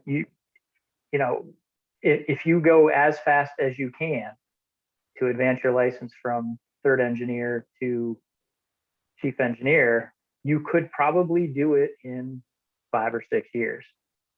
But do you really want to? That's the thing. Are you really getting the most out of the steps that go along to getting there? So I would say probably a reasonable amount of time from the first job out the door to being at the top, depending on what the industry conditions are and everything else. You could, 10 years is not out of the question. I think I was at 11 years or 12 out of school when I got my first captain's job. I was 8 or 9 when I got my first chief mate's job. So, that was kind of the track. The industry I was in at the time was booming and there were a lot of opportunities. So that kind of plays a factor too. That's what you're looking at. That's great that's great input. Thank you for that. I know our 2 marine engineers went different tracks, but do you have anything to add in terms of that? So I can go ahead and provide some perspective from my class of 2013. So a lot of my friends have, sort of now achieved the level of chief engineer from a licensing, status. However, a lot of them, like Captain MacArthur is suggesting, have chosen actually not to go into the chief engineering spot because, they want more experience under their second's position in order to, truly be at the level of operation that's required for these ships because they just don't feel like they're ready. So even if you do have, sort of the rank, it doesn't necessarily mean that you have all the experience in order to sort of navigate, bring a ship into and out of port reliably. Another thing I think is important to keep in mind is, 5 or 6 years is not that long of a period of time relative to one person's career. So you actually, go up the ladder relatively quickly with respect to, getting the experience on ships and then actually, moving up the ladder because, a typical PhD at MIT is 6 years. So the time periods are relatively the same. Yeah, that's a great perspective. And we have many students with similar shoes as yours that go off and pursue higher education and not necessarily go out to sea. So first off, it is 5:30. So if anybody wanted to transition to the main stage, it's the cost of attendance and general admissions presentation. Do keep in mind that all of these are being recorded. So if you don't catch one, you can come back and watch it later. But I wanted to pose 1 or 2 more questions if you guys have a moment, and then I can let you guys continue with your Saturday afternoons. but there's been several questions in regards to salaries and what kinds of salaries are students able to make in that maritime industry, and what is that return on investment in terms of taking those college loans? And I'm, certainly not asking you guys to talk about your personal experience, but if you know general numbers and going into that maritime industry or into that ocean studies industry or marine engineering industry, that would be great. Or Captain Potter, if you could jump in and talk a little bit about that. The return on investment would be great. Sure, I can say a couple things about that. So we had actually a recent surprise sort of magazine article written about us. I think it was like a couple of years ago now.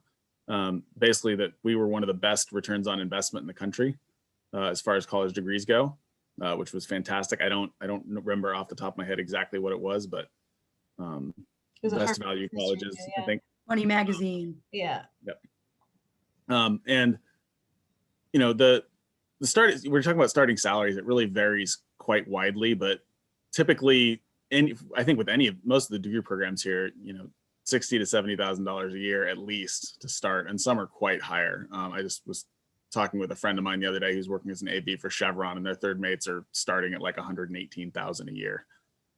So that I would say is the high end of what you could possibly expect. But generally our graduates do quite well for being college graduates.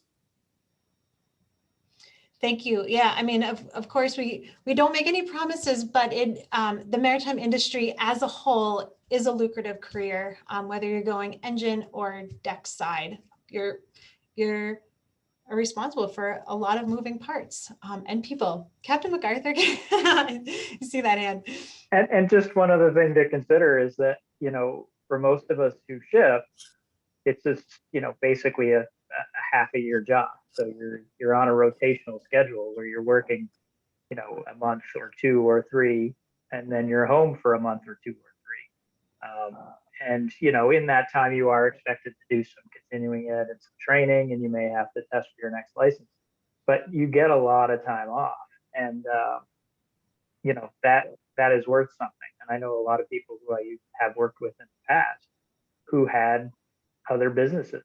They had a lot of rental properties that they managed when they were off, and then they paid somebody to manage when they were at work, or vice versa. So there's other opportunities that you wouldn't get in a normal 9-to-5 job to make a little extra money or maximize your time. That's a great point. That you're not that 9-to-5 job. You're working half the year, can do other things. If I may just add to that, Please, I mean, yes, you have to take into consideration the fact that if you're working a 9-to-5 job 5 days a week, 24, or rather 50 weeks a year, then you're versus going to sea, you're working 12 hours a day, 7 days a week for 3 months straight. It actually ends up being you're working slightly more than a regular 9-to-5 job. But what you're compensated for is that sacrifice of being away from home for that length of time, being in different parts of the world, working under very tough conditions. But, I've always found my seagoing part of my career to be extremely worthwhile, and the sense of accomplishment that you get by, completing a cruise, a mission, whatever it is that you're doing, I think is in some ways, much more of a sense of achievement than maybe the normal 9-to-5 job. Can I ask one question of all of you guys? I know you've all, whether you're a student, whether when you were a student or as an alumni, have traveled all over the world. What is the coolest place that you've been? Who wants to go first? Because I know you guys have all been to amazing places. Might take a second to think about it. Yeah, go for it. So on our cruise, my junior year, we got to go to Tenerife, Spain, and we got to hike a volcano. So that was probably the coolest thing because we're on a little island Tenerife up in the Santa Cruz, and then we went up to like Mount Teed, I believe it was. That was probably the coolest thing because I've never been to a volcano from Massachusetts. You never see volcanoes, so that's pretty cool. Got to see a volcano, hike up a volcano. Awesome. Dale, Yeah, happy to go next. So the coolest place I've ever been is also on a boat, coincidentally, during sort of senior cruise. We ended up in Curacao, which is a small island. And we went hiking, come up to a 65-foot cliff, and then we went cliff jumping. And that was a really fun experience that we didn't tell anybody that we did. But it was an amazing time to be there with all the friends that I had gone through college with up to that point. Captain MacArthur, are you still thinking? I'm sure you. No, I probably Malaysia or Singapore. Over in that neck of the woods, it's a very different. I spent a little time in Borneo. Spent several months in Singapore. It's just that the Far East is pretty special. It's an amazing country, and also the waterways through there, the Straits of Malacca and that area is pretty cool. So although our students don't do a typical abroad program, they are going all over the world, as you can see. Captain Potter, I'm going to have you go next. I would say I've been to my first trip I did as a chief mate. We stopped in at both St. Helena and Ascension, which are two small islands in the South Pacific. St. Helena is where Napoleon was imprisoned. The crew got to meet the tortoises there that knew Napoleon. I mean, it's kind of wild. And then Ascension just had some of the most amazing wildlife. Baby turtles everywhere on the beach, and just a really remote place, somewhere that most people don't get to go. I've been to 35 countries, 38 countries. I'm trying to hit 40 by 40, but it's hard to really narrow it down to any one place. But what I would say my favorite thing about going to sea is going to those really remote places that nobody else really gets to go to.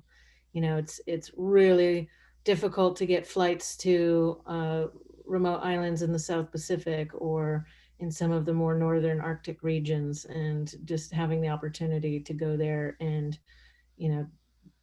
do some research in the area and learn more about the area, I think is really rewarding.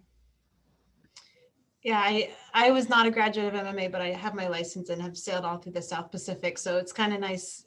Although the three of us that all speak about the South Pacific have all been there, we weren't necessarily on the same boat at the same time. So what I find is our students come back with these global experiences and have these conversations in the hallways and in passing about the amazing places that they've been on their summer co-ops or their internships.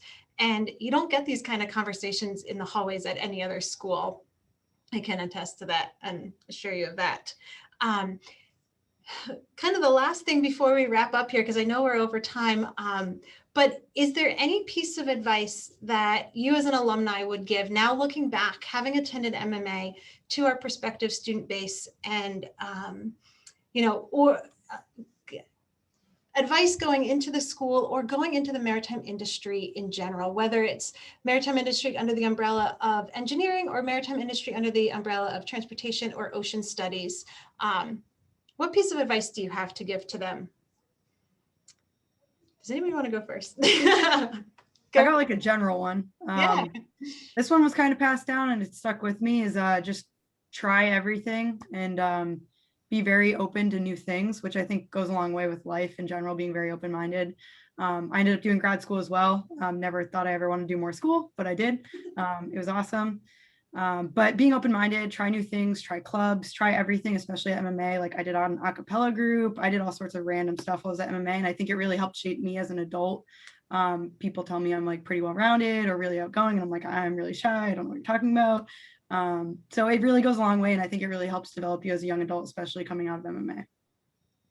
Thanks. No, that's really important. And I know, Dale, you had mentioned that you went to graduate school. I just want to mention that at the end of this next session on the main stage, the final session of the day is our graduate program at MMA. So if you want to hear how you can be a part of that program, you don't have to necessarily have had an undergraduate degree in the International Business and Logistics program, but you can tune into that. So Dale, I'm going to pass it to you in terms of advice. Yeah, I have kind of like a boilerplate piece of advice, and I think that this really applies to my experience. And really, no matter where you go, and how much money you spend, really the college that you go to is only going to be as good as the time and energy and effort that you put into that education. And so if you, go to Maine Maritime Academy and you never go to class, like you won't have a very, successful future. However, if you do go to class and you really trust the teachers and actually take the time and energy to learn, then you'll do very well. And I think that goes for any place, but it's really about where you make it. And that's what got me to MIT and sort of like has propelled me to this day. It's a great advice. And there's so much to offer here. Even though we're a small school, we are pretty mighty. That's for sure. I think the small school is really a strength. In a large school, you're just a number.